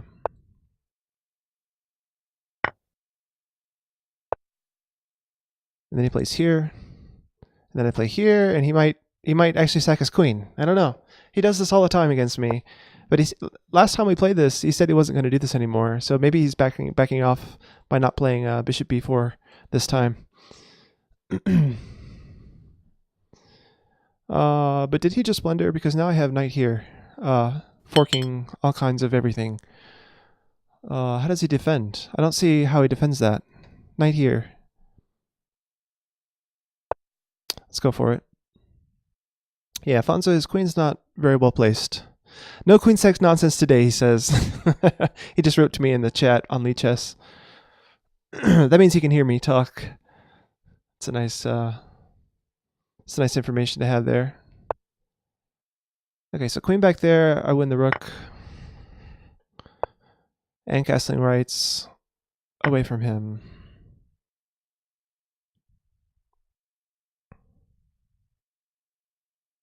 He just sent me a frowny face. I guess he doesn't like losing a rook. Most people don't like losing a rook, but most people don't play dubious openings. I think there's a line where you play bishop b5, but then you don't sack the queen. Like bishop b5, rook b1. Oh, sorry, bishop b4, rook b1, queen a3. And then after knight b5, you can respond with bishop a5. I think so. Anyway.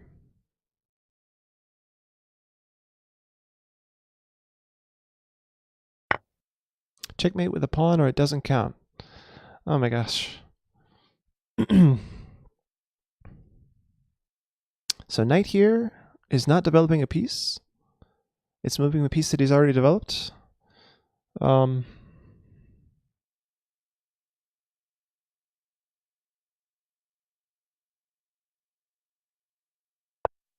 I'm gonna continue my development.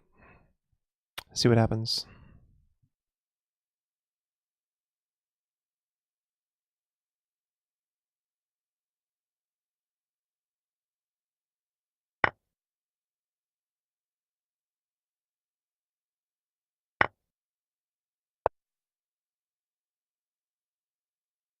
He's attacking my rook. Again with these little moves that don't always make a lot of sense in terms of opening principles, but okay. He likes to play like the way he likes to play. I'm not gonna fault him too bad. I mean he's gotten his rating up. His rating was like, I don't know, 14 something last time we played, so he's definitely improved his rating.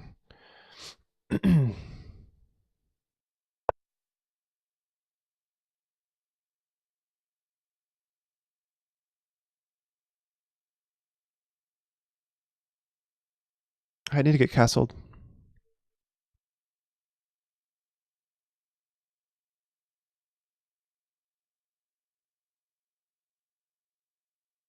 I'd also like to take a knight for the take a pawn for the knight. So I'm thinking about knight here, so they can recapture here. I don't see any other attack I can do with my queen here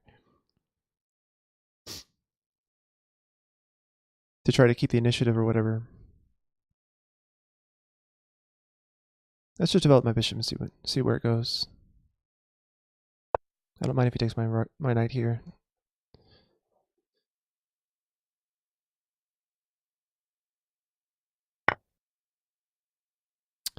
All right. Go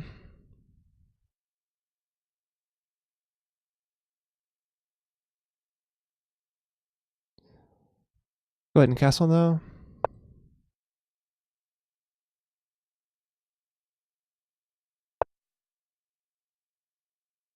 All right, opening up this diagonal towards my king. It's not a bad idea.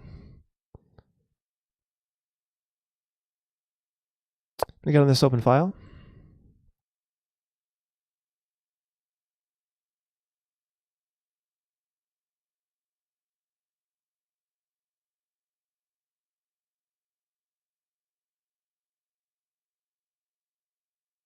Bishop a5 check. So bishop a5. What happens after b6? I didn't. Oh, rook takes and then bishop takes. Ooh, I did not see that. Oh, that would have been good. Yeah, rook takes, pawn takes, bishop takes was mate. Shoot. Nice spot, guys. Nice spot.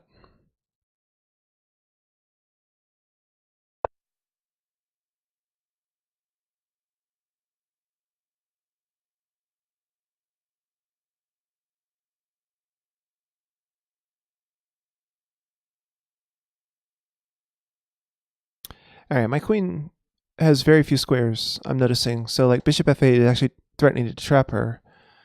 But I have this move. I can take the pawn at the moment. But taking the pawn, there's rook g8, and I'm in trouble. No, rook g8, I take it with the bishop. All right, let's go for that then. But does he have d5 first? No, after d5 I would take his rook. Okay. It's just barely working.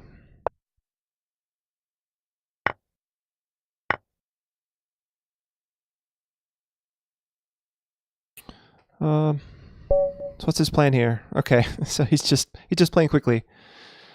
Fonza, I start to look so deep. I'm not sure if I'm looking deep or what, but I am calculating when I have time. Yeah. Yeah, I don't know. I don't know if I'm starting to do that or what. Okay, but Sonic Castle wants to play again. 10-2. Hopefully it doesn't checkmate me this time.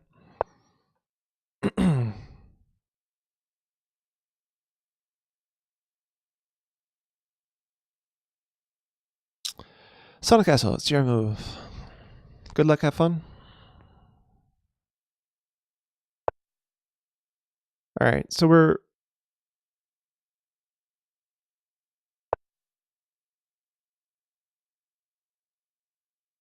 you don't like branching. What is branching?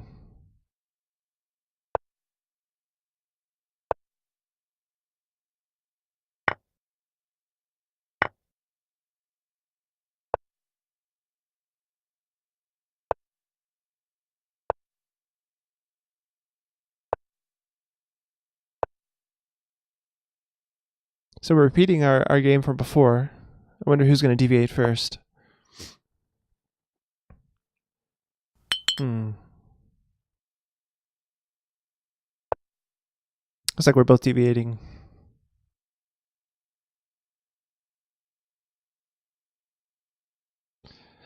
Master Bean GM, hello, how's it going?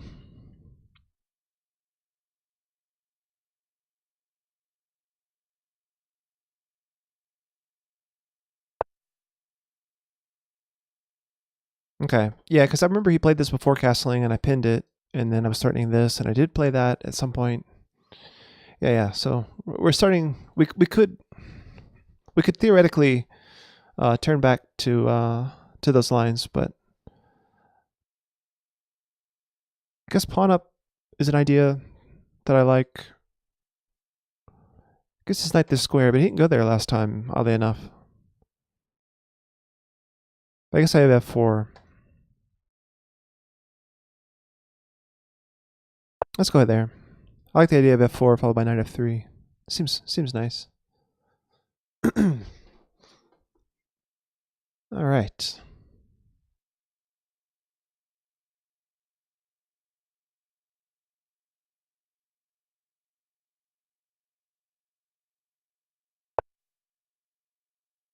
So f4 is double-edged, right? Opens up my king side a little bit, but it helps control the center.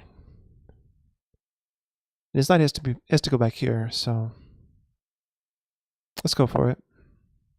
I mean, it's literally his knight's only square blocking in the bishop. So Ponza says, for example, you see move, and after that you see his 4 possible replies, and you must check each branch. Oh, branching. I see what you mean. Yeah. Right. I guess you were talking about when I was considering going queen takes g7, and there was a bunch of different moves I had to look at. Yeah. I think that has something to do with the reason I'm thinking that I'm becoming a little bit stronger.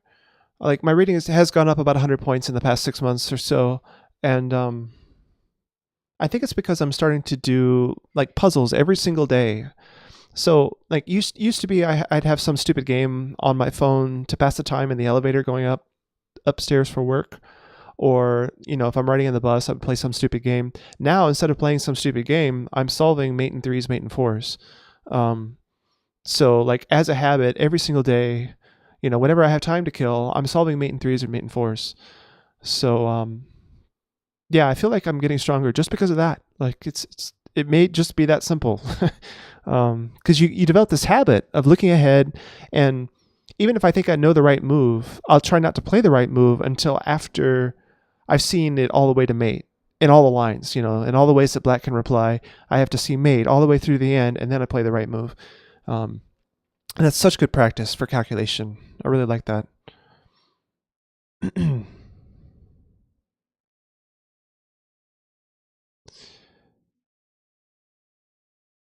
When you're solving puzzles, your visual abilities are better, and that's what's important.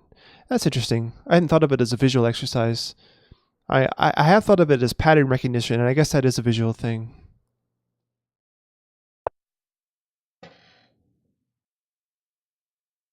Change over to my water bottle. I'm out of coffee. Oh, he has that knight move. Interesting. Okay. I didn't consider that, actually. Why didn't I consider that? I thought for sure he had to go back to d7. All I saw was this bishop. Like, I didn't consider that his knights were coordinating here. Wow. Okay.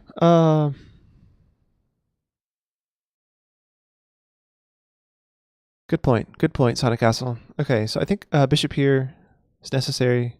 I don't want to trade off the knight for this bishop. The bishop's undefended, so I got to do something about it. Developing my queen or something to defend doesn't really make sense. Blocks in the bishop, blocks in the knight. Yeah, so bishop here. Is chess tempo good for training puzzles? Yeah, man, I think chess tempo. Like, if you have an account on chess tempo, it gives you a rating, and then it tries to give you more and more difficult puzzles. That has some value. That's the same thing that Lichess does.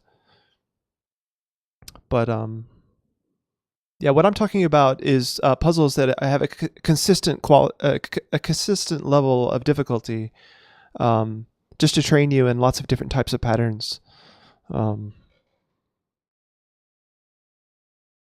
Whereas chess tempo will have like an increasing level of difficulty. I've been solving puzzles that have like an even level of difficulty all the way through, and they're not that difficult actually. Like, I'm solving all of them in less than 3-4 minutes at the most. Some of them I solve in less than a minute.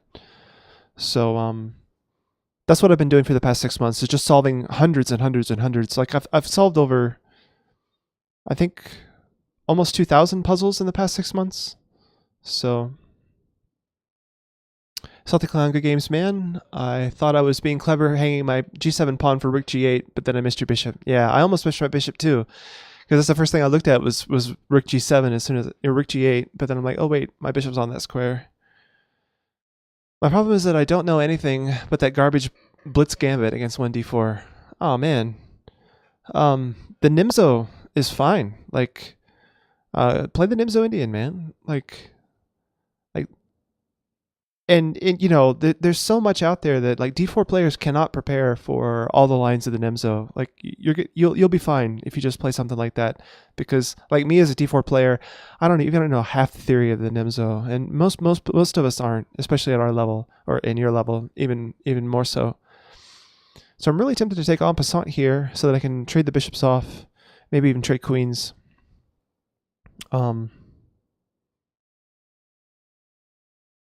I do like endgames. And my king's already in the center for the endgame. But maybe I'm not so comfortable in the endgame at the moment. Let's take here. Oh, did I just drop a piece? You can just go here.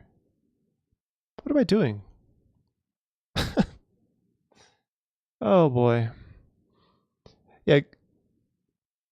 So, in Salty Clown, the King's Indian is a fine line against d4 as well.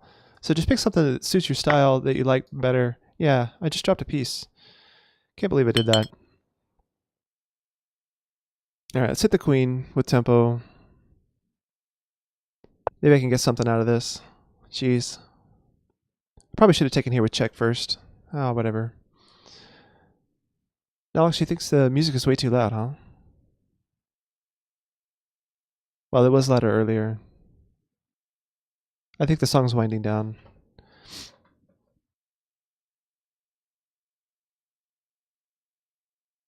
I'll turn it down just a little bit.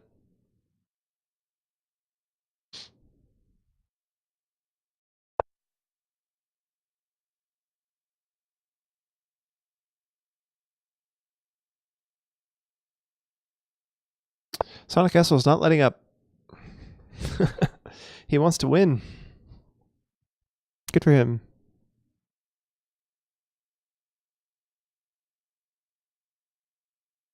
He's up a piece for a pawn, and he's about to get that pawn back, so Yeah, I don't know what I'm really even playing for here.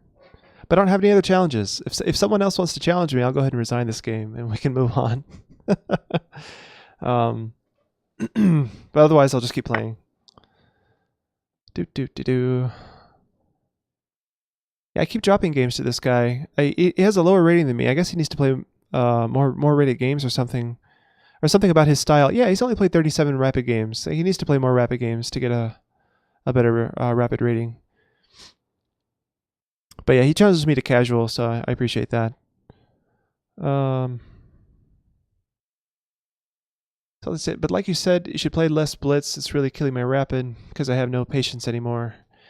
That's true. That's true. Yeah, especially if you want to get back into over the board chess, you're going to need to slow down and learn the patience. Like you need to develop a list that you go through in your head before every move.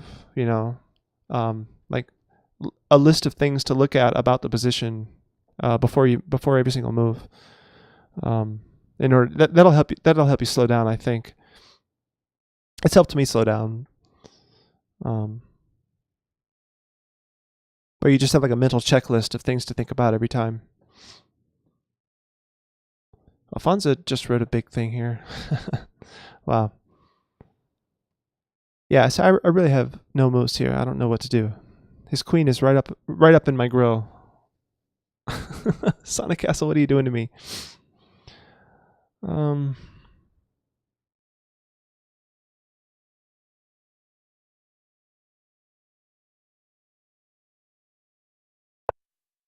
maybe that's a move. I'm not sure.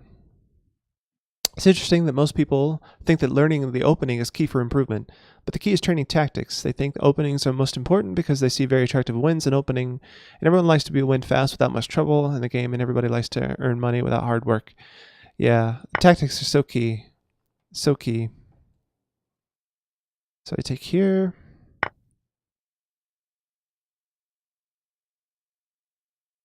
Dropping this pawn. Although I have no, I can't deal with this knight actually because my bishop's pinned. You send a challenge again, and I'll try to play slower. Oh, that sounds good, Salty. Sonic Cluster says, but you still need opening to choose to play. Without the idea in the beginning, you play for nothing. Yeah, maybe. Um, I mean, I tell beginners just get your pieces off the back rank. Like, I mean, that's all you really have to do, and then you can start playing and planning and all that stuff afterwards.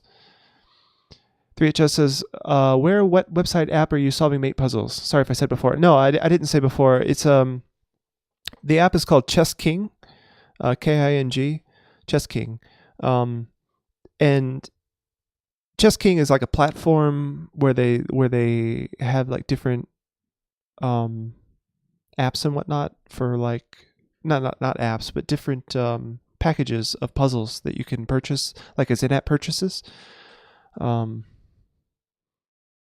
So and one of the things that you can purchase is a collection of mate in threes and fours. So yeah, that's one of the things I've been doing.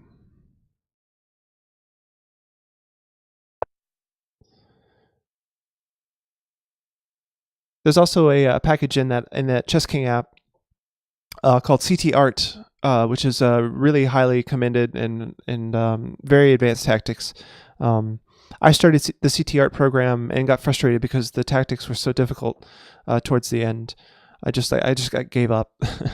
um, it was really frustrating to study those tactics because I guess I didn't know enough of the basics to combine them or whatever for those advanced puzzles. But man, CT Art is really challenging. Um, but yeah, Chess King has all kinds of maps, even easier puzzles for beginners. Like they have mate in ones, mate in twos. Um, they have um, they have all kinds of like even opening library stuff that you can look at there. So what did I do with the Grunfeld since I don't know what to do against d4?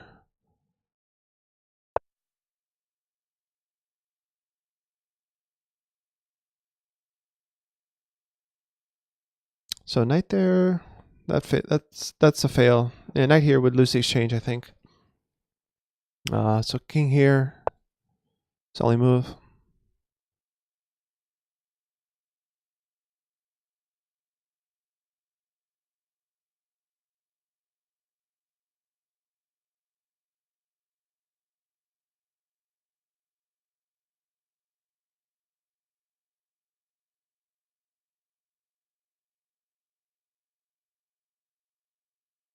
Hmm.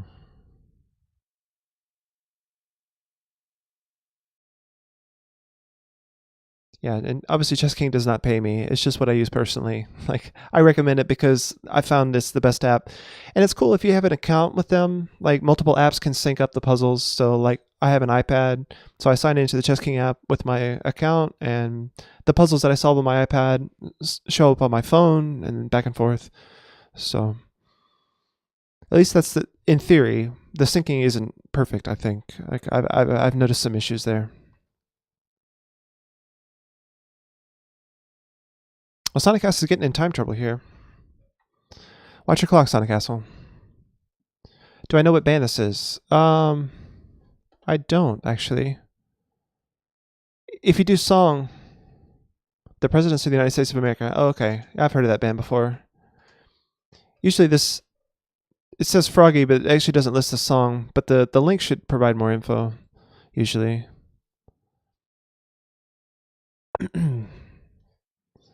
Right here.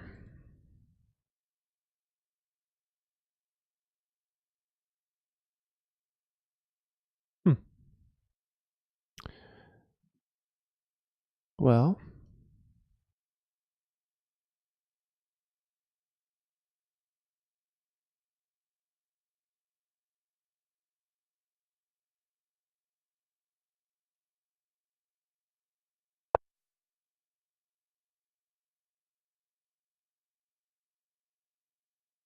Loose balloon. Okay, whoever requested Moana, this is not playing in my player here, so we'll have to skip over Moana here. Now we're listening to Wes Montgomery.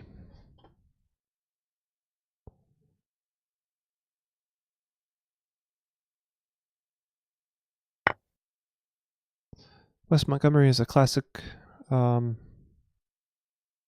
jazz guitar player. Essential listening if you like jazz. Wes Montgomery.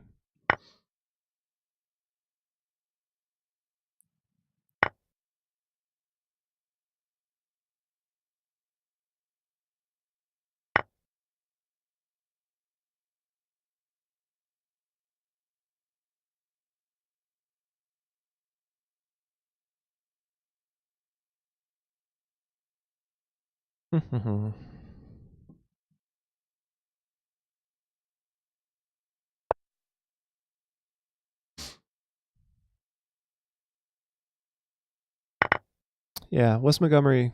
He was one of the best guitar players of his day. Let's go here.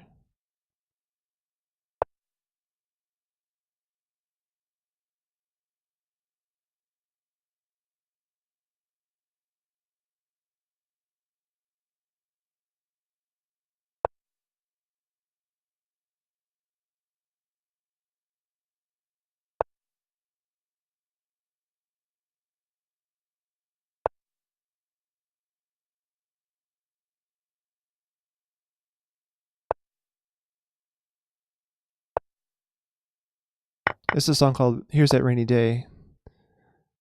I played the song before on piano.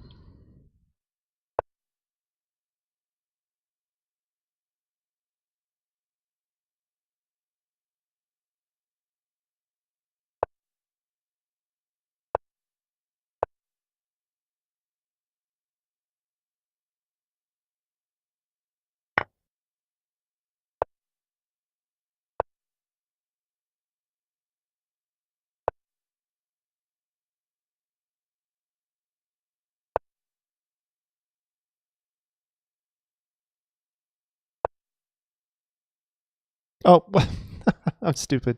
Okay, I resign. Oh, he didn't take it. Oh, good. Knight back here won the rook. He's being nice. I'm sure he saw that. Unless he didn't, and he's just really low on time, not looking at all the moves.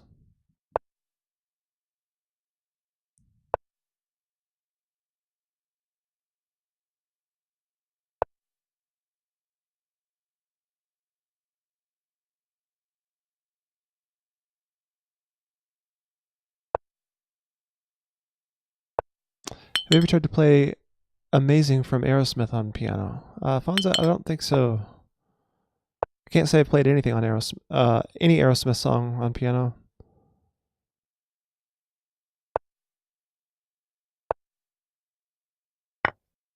What was that? Oh, the bishop's defending. I see. Ah, nice. So we're in the same bishop versus pawns thing that we had last time where he checkmated me. Let's not get checkmated this time, shall we?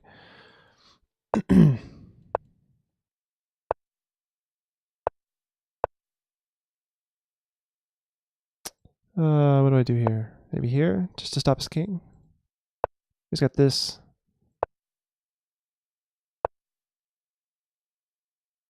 Yeah, okay, he's winning all my pawns now because I can't defend this pawn. Can't get there fast enough. He goes here. GG. It doesn't go for that. Weird.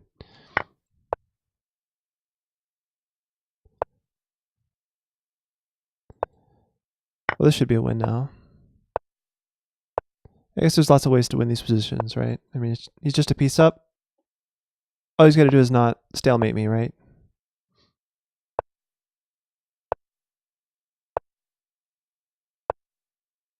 Yeah, well done. It's mate in 2. There we go. All right. So no more challengers. Why'd you guys make me play till mate and then still nobody challenges me? Well, Sonic Castle, you want to have a rematch? Maybe I'll give you a better game. I'll try to concentrate. I'll send you a rematch.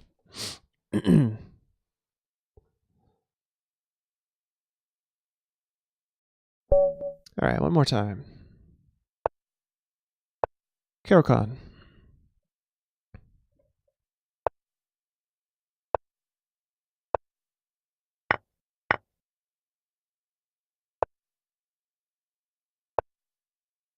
Okay, I'm going to play a different line just to throw him off guard. So this is the line I was telling you guys about maybe a couple of weeks ago, where you get your queen out early, and it's kind of trouble, really, but it's still fun.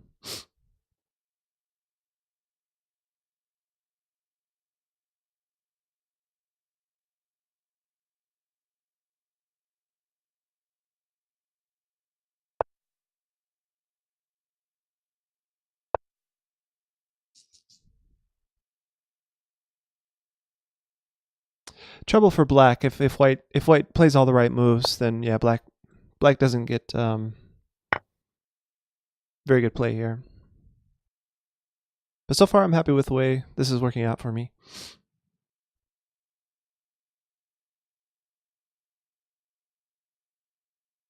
Scandi Caro hybrid. Yeah, kind of. Kind of.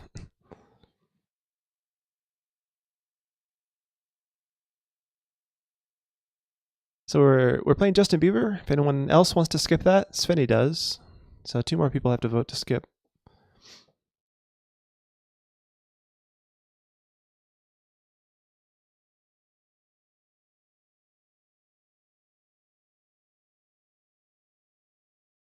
And there we've skipped it.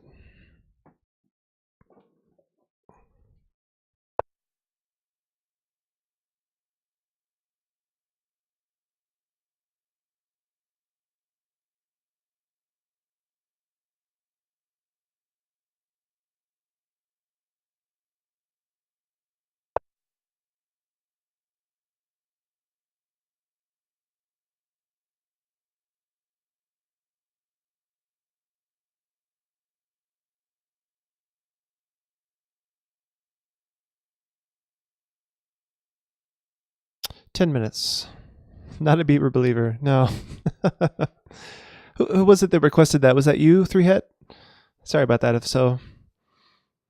I just know that whenever something I know is unpopular, I always like to mention the skip thing because I think it gets people involved in the chat. So Bieber is not the most popular artist in the world, right? Mostly. Oh no, it wasn't you. Okay, good.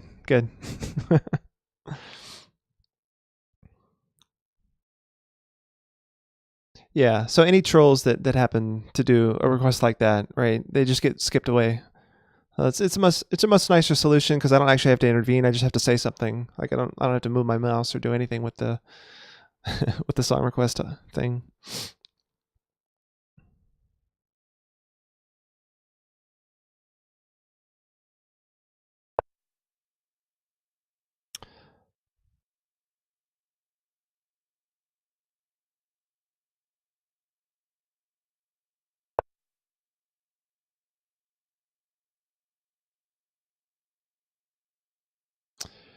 Three HS. So you have 10-year-old twins. So Bieber is playing. Aha. Twins. Wow. Busy household. I can barely keep up with one.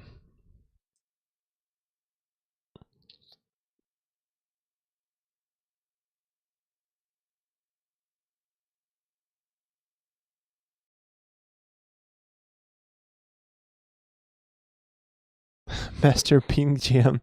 My favorite song is Skipped. I'm outraged. Sorry, man.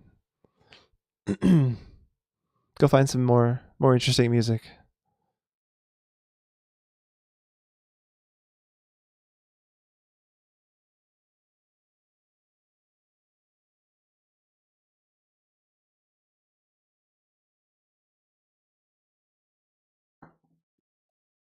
That was interesting. That was a funny, like, abrupt ending to that song. Wow. So now we're on Nina Simone.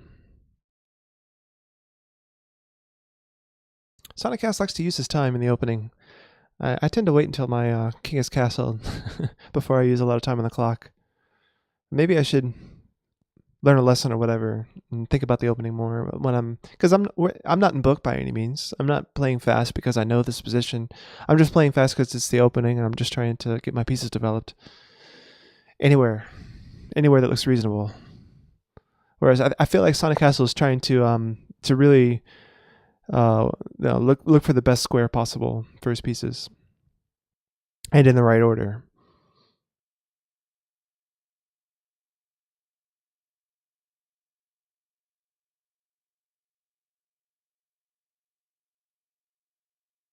Interesting. Looks like he would rather have isolated weak pawns on the A and C files than he would to have a single isolated pawn on the D file. Because basically what he's offering is that, this is going to be a thing. After bishop here, I can just go here. But then I also had the isolated A and C pawns. Yeah, I guess that's even. Because I'm thinking about taking here, and if he takes back, he's got the weak pawns. But then, after that trade happens, excuse me, it's my move. Oh, so I can actually prevent bishop b5 by playing a6. Oh, that doesn't prevent it, because a takes b5 is not possible, because the rook is hanging.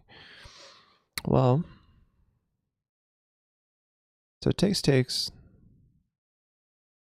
Also, his rook is hanging, right? Okay, so never mind.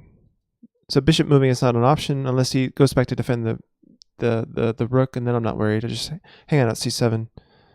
Okay, so I'm going to take here, actually. Oh no, the rook is not hanging. What am I talking about? Queen a4 protects d1. Yeah. Swaggot just said that. His rook is not hanging. Okay, but anyway, let's look at that. DC, BC,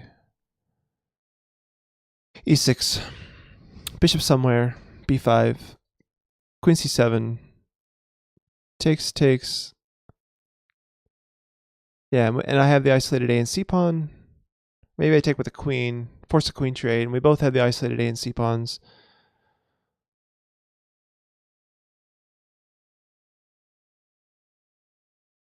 He also has the bishop pair.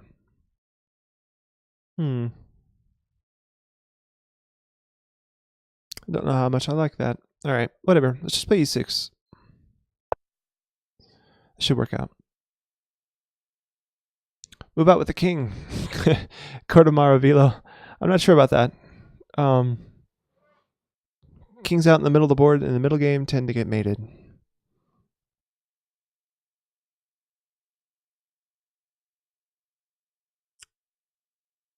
Yeah, Fonza, I agree. That's why I played e6. I'm going to play the bishop out in the castle. Got to get my king safe. His king's a lot safer than mine, so Got to fix that situation. Yeah, Fonza. Oh, you actually suggested that e6 bishop e7 castle. Yeah, that's what I wanted to do. I decided to look at this just because I wasn't sure how to evaluate the A and C pawn thing that was happening. But yeah, I get in trouble because the light squares and my king being still stuck in the center.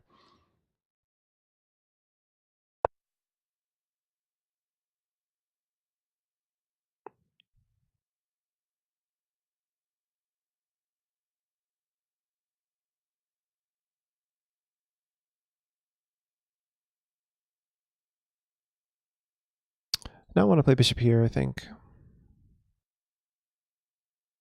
I don't know. I feel like I'm getting in trouble now because bishop b5, there's pressure here.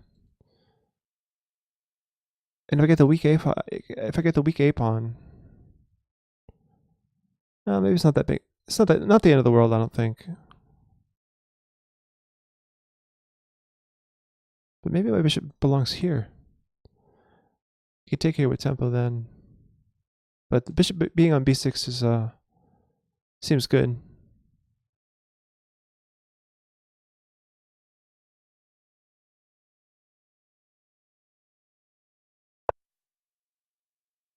Okay.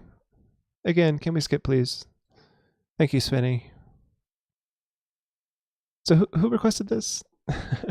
Oh, see you 3HS. Thanks for showing up, man. Thank you for your Twitch Prime sub last week. That was nice. Fonza, what are you doing requesting this?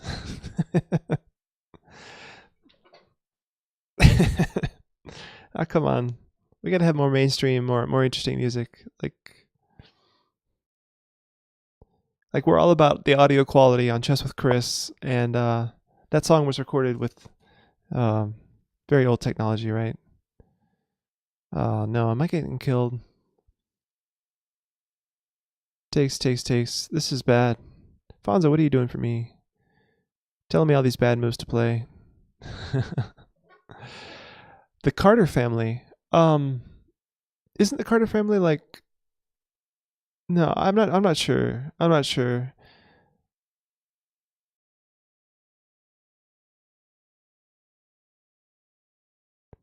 So Sonic Castle says, "Yay, now it fits." Are you rejoicing about the knight coming in, hitting all this stuff?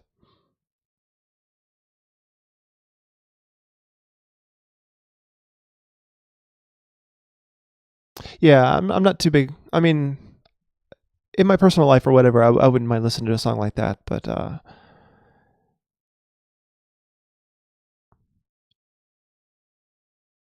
yeah, this is not good for me. I think I'm losing the exchange, and I'm losing the right to castle. This is really bad.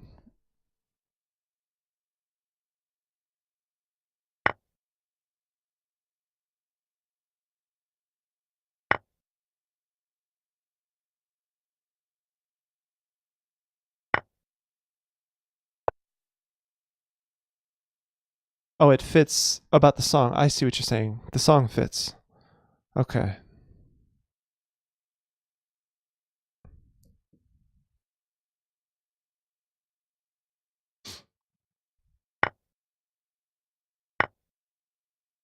Okay, so I'm down the exchange.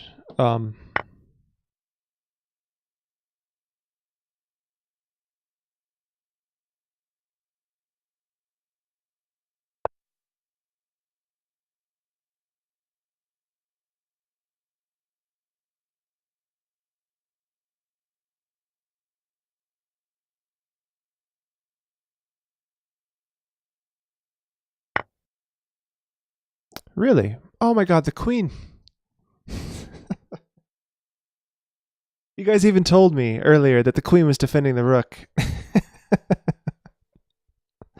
Oh no, yeah.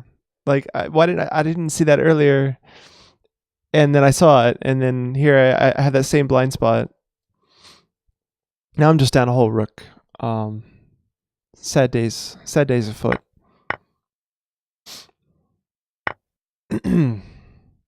Yeah, I'm obviously tired. I might have played too much chess today. I played a bunch of chess this morning, before the stream started, and now I'm just like losing my energy to play chess. I'm not sure. Okay. How can I complicate things here? I don't know.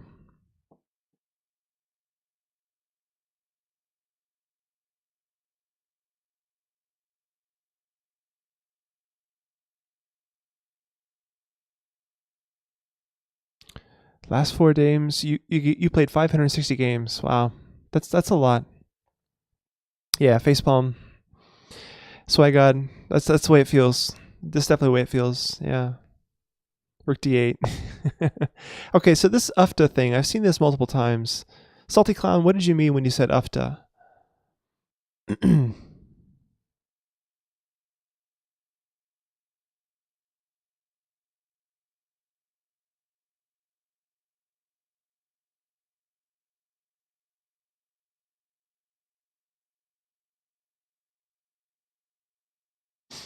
What does ufta mean?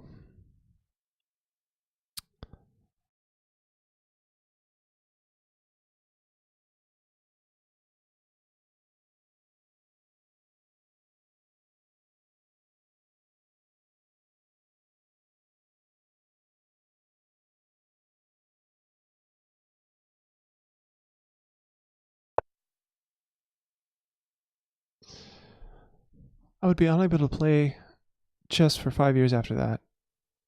Oh, you're talking about 560 games in 4 days? Yeah, that's a lot of chess, but it's mostly bullet. Like he's playing 2 minute. Like one game is 2 minutes, right, for him playing bullet chess. So how many hours is that? Um, I guess almost 10 hours of chess over 2 days. So 2.5 hours a day. Yeah, it's still a lot of chess, but 2.5 hours a day. I mean, I play for 3 hours a day when I stream, plus more. So I don't know.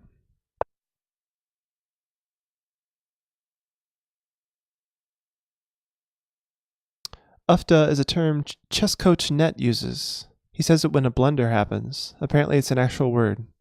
Okay, so but what does the actual word mean? I mean, is it just an exclamation of like oh crap, that kind of thing, or is it more subtle than that?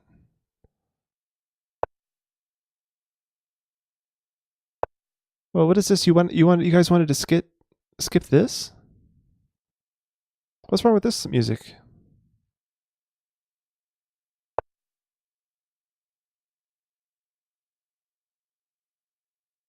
I don't understand why you guys want to skip this one.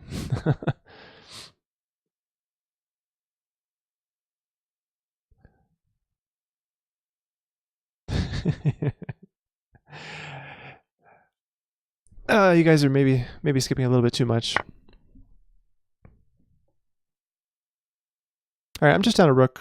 I'm gonna resign. Thanks for the game, Sonic Castle. I'm gonna move on. There's a couple other people playing me. All right, Roy Davis wants to play. Maybe I can take on Roy. He's only 1300.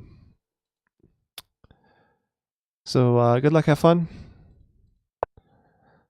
We'll see what happens here. Playing G3, solid. King's Indian attack.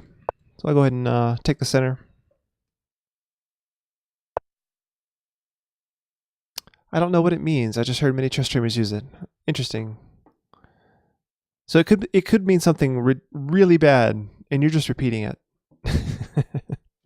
I like to know what things mean, right?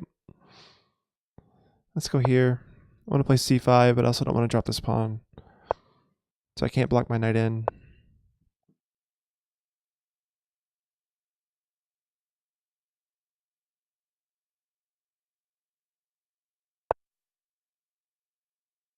Wow, he does this even before I play e5, or sorry, e4. All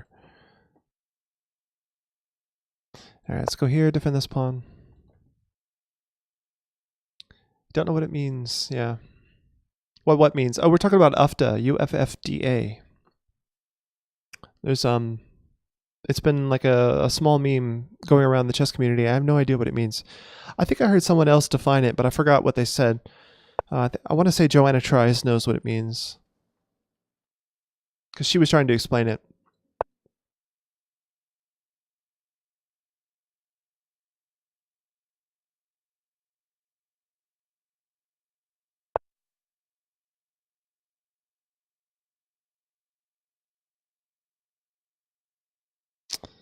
All right. Pressure here. Let's go there.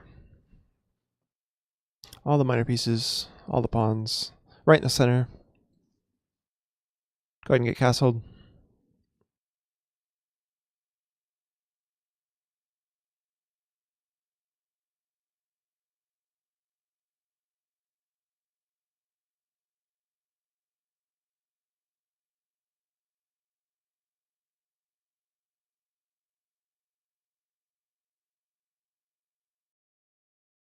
Oh, they're saying don't vote to skip, only to get to your own request, right? Like only skip if a song really is like troll worthy, or just bad music or something. I don't know. That's what they're saying, because everyone wants to hear their own music, unless they're just a troll trying to make us listen to something bad. Okay, and someone's request is not playing. Lounge Lizards. I'm gonna have to skip that for some reason.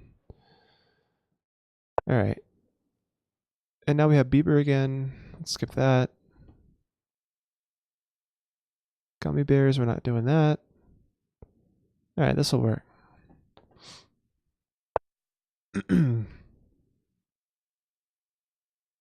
Trolls exist only in Norway. Yeah. So I guess he can actually take this pawn. Oh, but he doesn't go for that. Interesting. I'm going to push here, lock up the center. It's almost like we're playing a King's Indian. I mean, it really is like I'm playing the white side of a King's Indian. I'm expecting f4 next.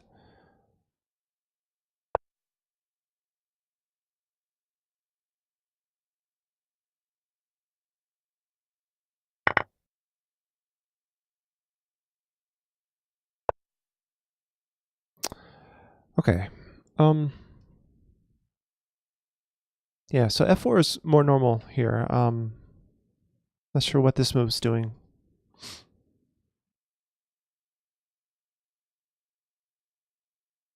If he wants to open the C file, we can do that. I'll have my rook here. Oh no, he just he goes like this. Interesting. Okay, so I'm gonna go queen here. Prepare my own break on the king side. Let's just go here. Meet one with the other. Fight fire with fire.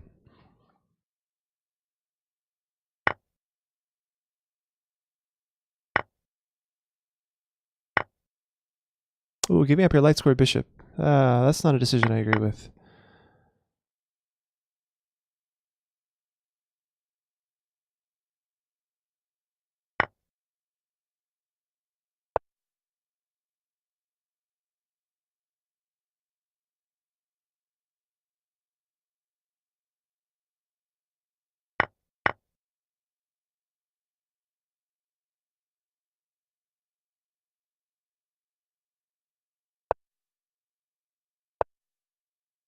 Ooh, that rook's not defended, buddy.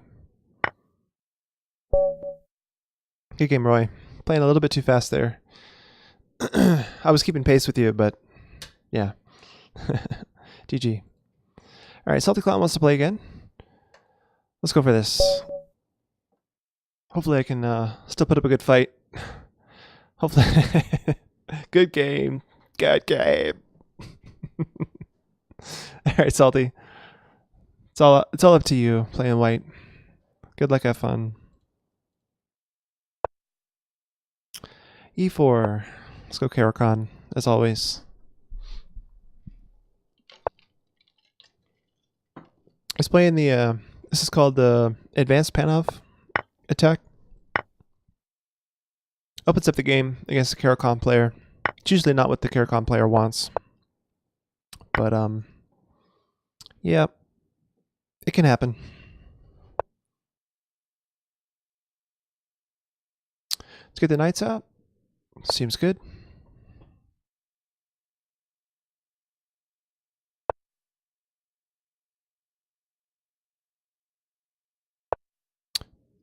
Pin the knight. Lots of song requests. I think the queue is already to the point where we're not going to finish before the stream ends. So, yeah, for those of you putting in song requests right now, I really doubt we'll get to those. I'm thinking this might be the last game of the stream. So sorry to disappoint, but this is the way it's going to have to be for now, I think. I have no idea why I just played e6. That's not what I wanted to do.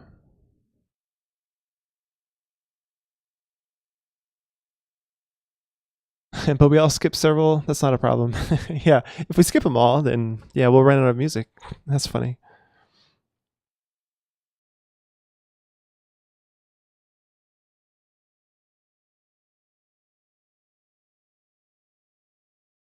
So Salty Clown is taking his time. That's good.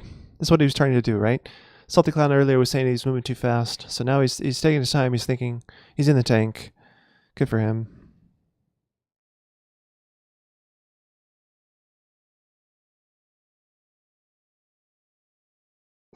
Oh my god. Okay, this is priceless. I got to show you guys this. So my mother-in-law watches my daughter while I'm streaming at home during the day, and apparently my daughter has realized that I'm in the basement. So this is my daughter looking in the cat door of my basement, of the entrance to my basement. So I guess my mother-in-law just sent me this picture of her um looking down to the basement to find me. That's so cute. I guess she can hear me talking. That's so cute. It makes me feel bad for streaming. Oh no. Oh. All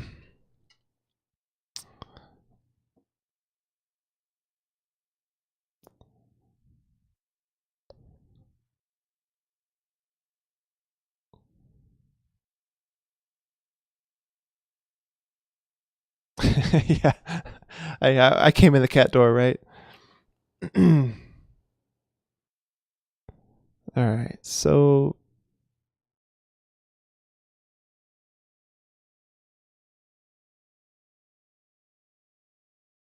all right, now what should I do? I want to develop my dark square bishop, but that can come with tempo actually with bishop b4. But is that where I want the dark square bishop? I'm not sure. I've also had the option of winning the bishop pair by taking his dark square bishop off. But this bishop's passive. Probably my knight's better than his bishop, so probably not a good trade. Yeah, let's go here.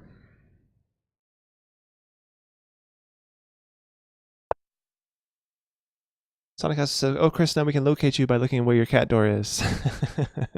So Fonza, yeah, I actually don't have a cat. That's funny. Like the um, the people who lived here before put that little door hole in for the cat. So either that or they just bought a special door that had a hole in it. But yeah, the previous owners of this house had at least one cat that lived that had their litter box in the basement. So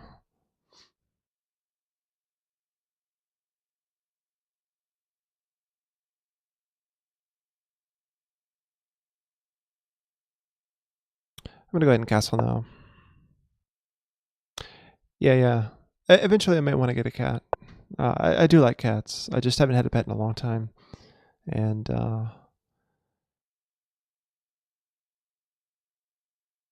someone requested Piano Man. Nice. Billy Joel, classic.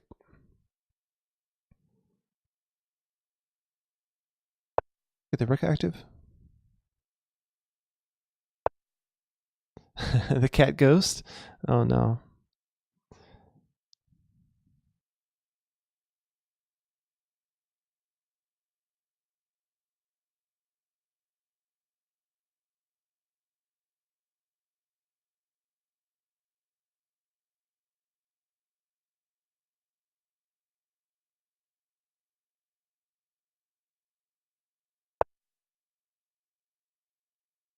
Trying to put more pressure on this knight.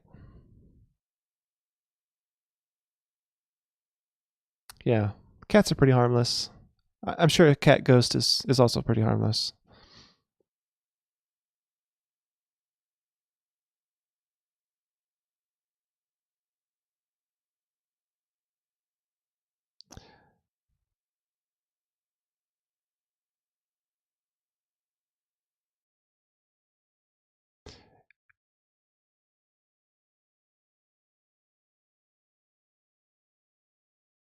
Yeah, I'm not much of a dog person.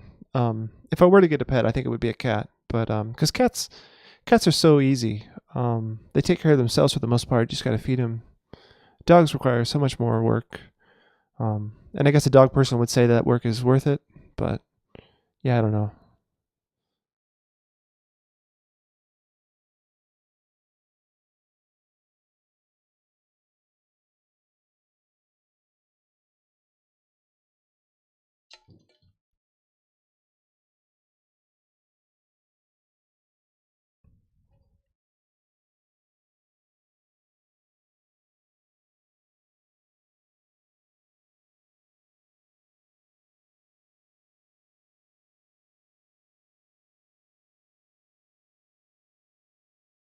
Bonza says, "Let the cat ghost get into you, and enable you to get out from these worst positions."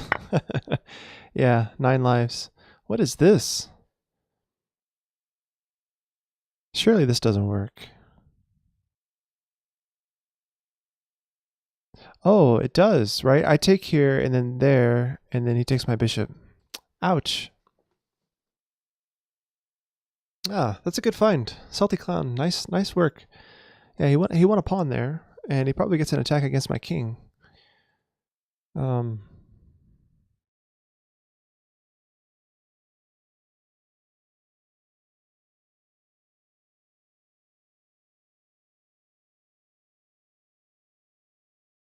it's worth considering whether or not to take the bishop. Like Feingold says to always take the bishop, but at this point, it's coming at a cost of my own bishop. Like it's not just this attack that's coming. It's the fact that I'm trading bishops, and I'm not sure I want to trade bishops.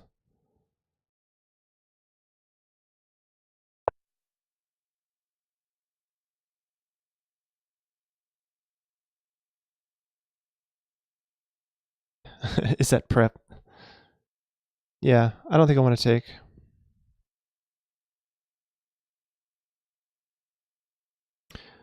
So now I'm threatening to take here, and I'm threatening to take here. Um, and by threatening to take here, I mean I can take here and then take his bishop. And also there's a pawn hanging here.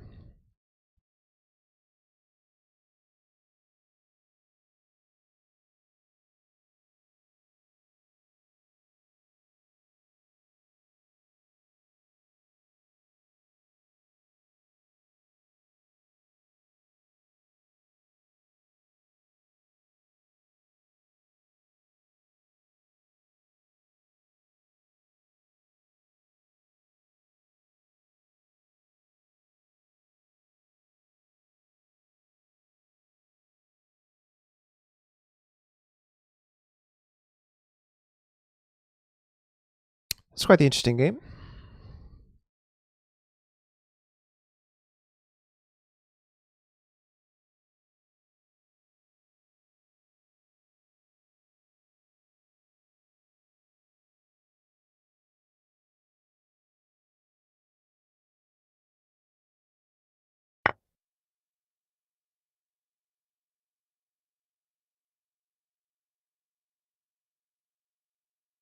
Okay, he's taking here. I think I'll take this way.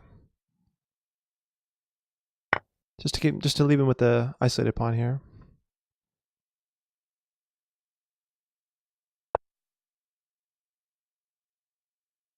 Okay, but now I get the bishop. So now I'm just up a piece. My king side is compromised, but I'm a piece up, so more or less happy with my position.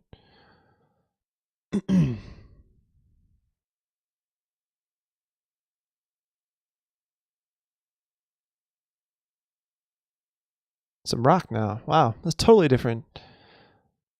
Stand not again. This is a nice change of pace, actually. I like this music. Requested by Fonza. Nice.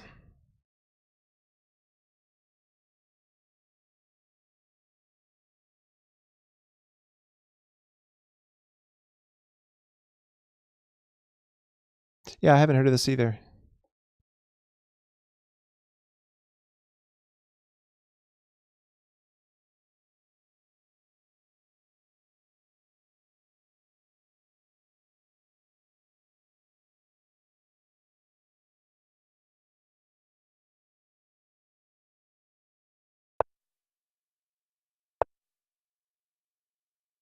only one legal move. There's no sense in trying to calculate anything on once my time is going when there's no choices to make.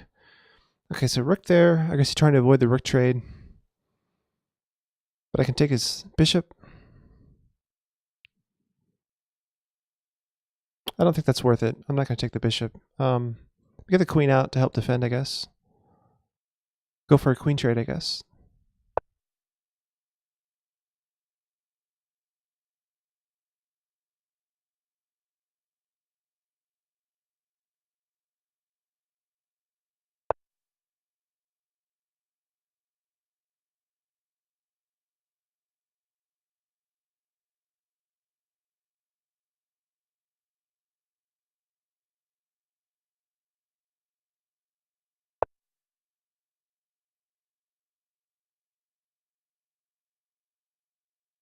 Rook on the 7's usually good.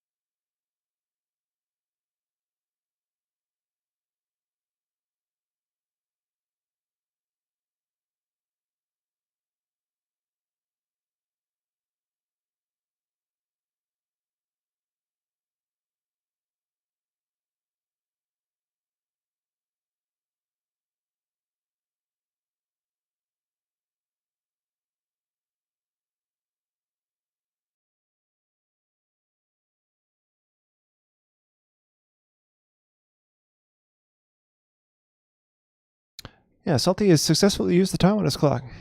Nicely done, Salty.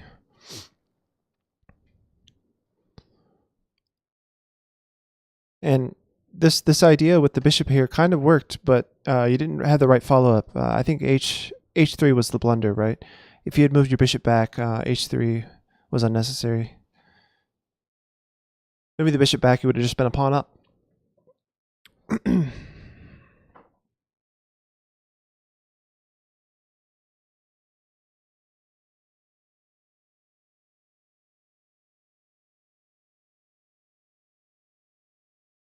Wait, what am I doing? This rook was hanging.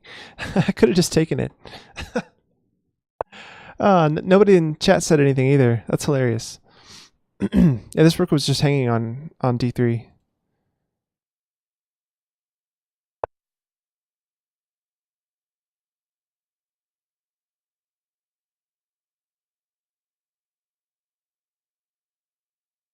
Hoppenar says he thought about it a lot. Didn't say anything.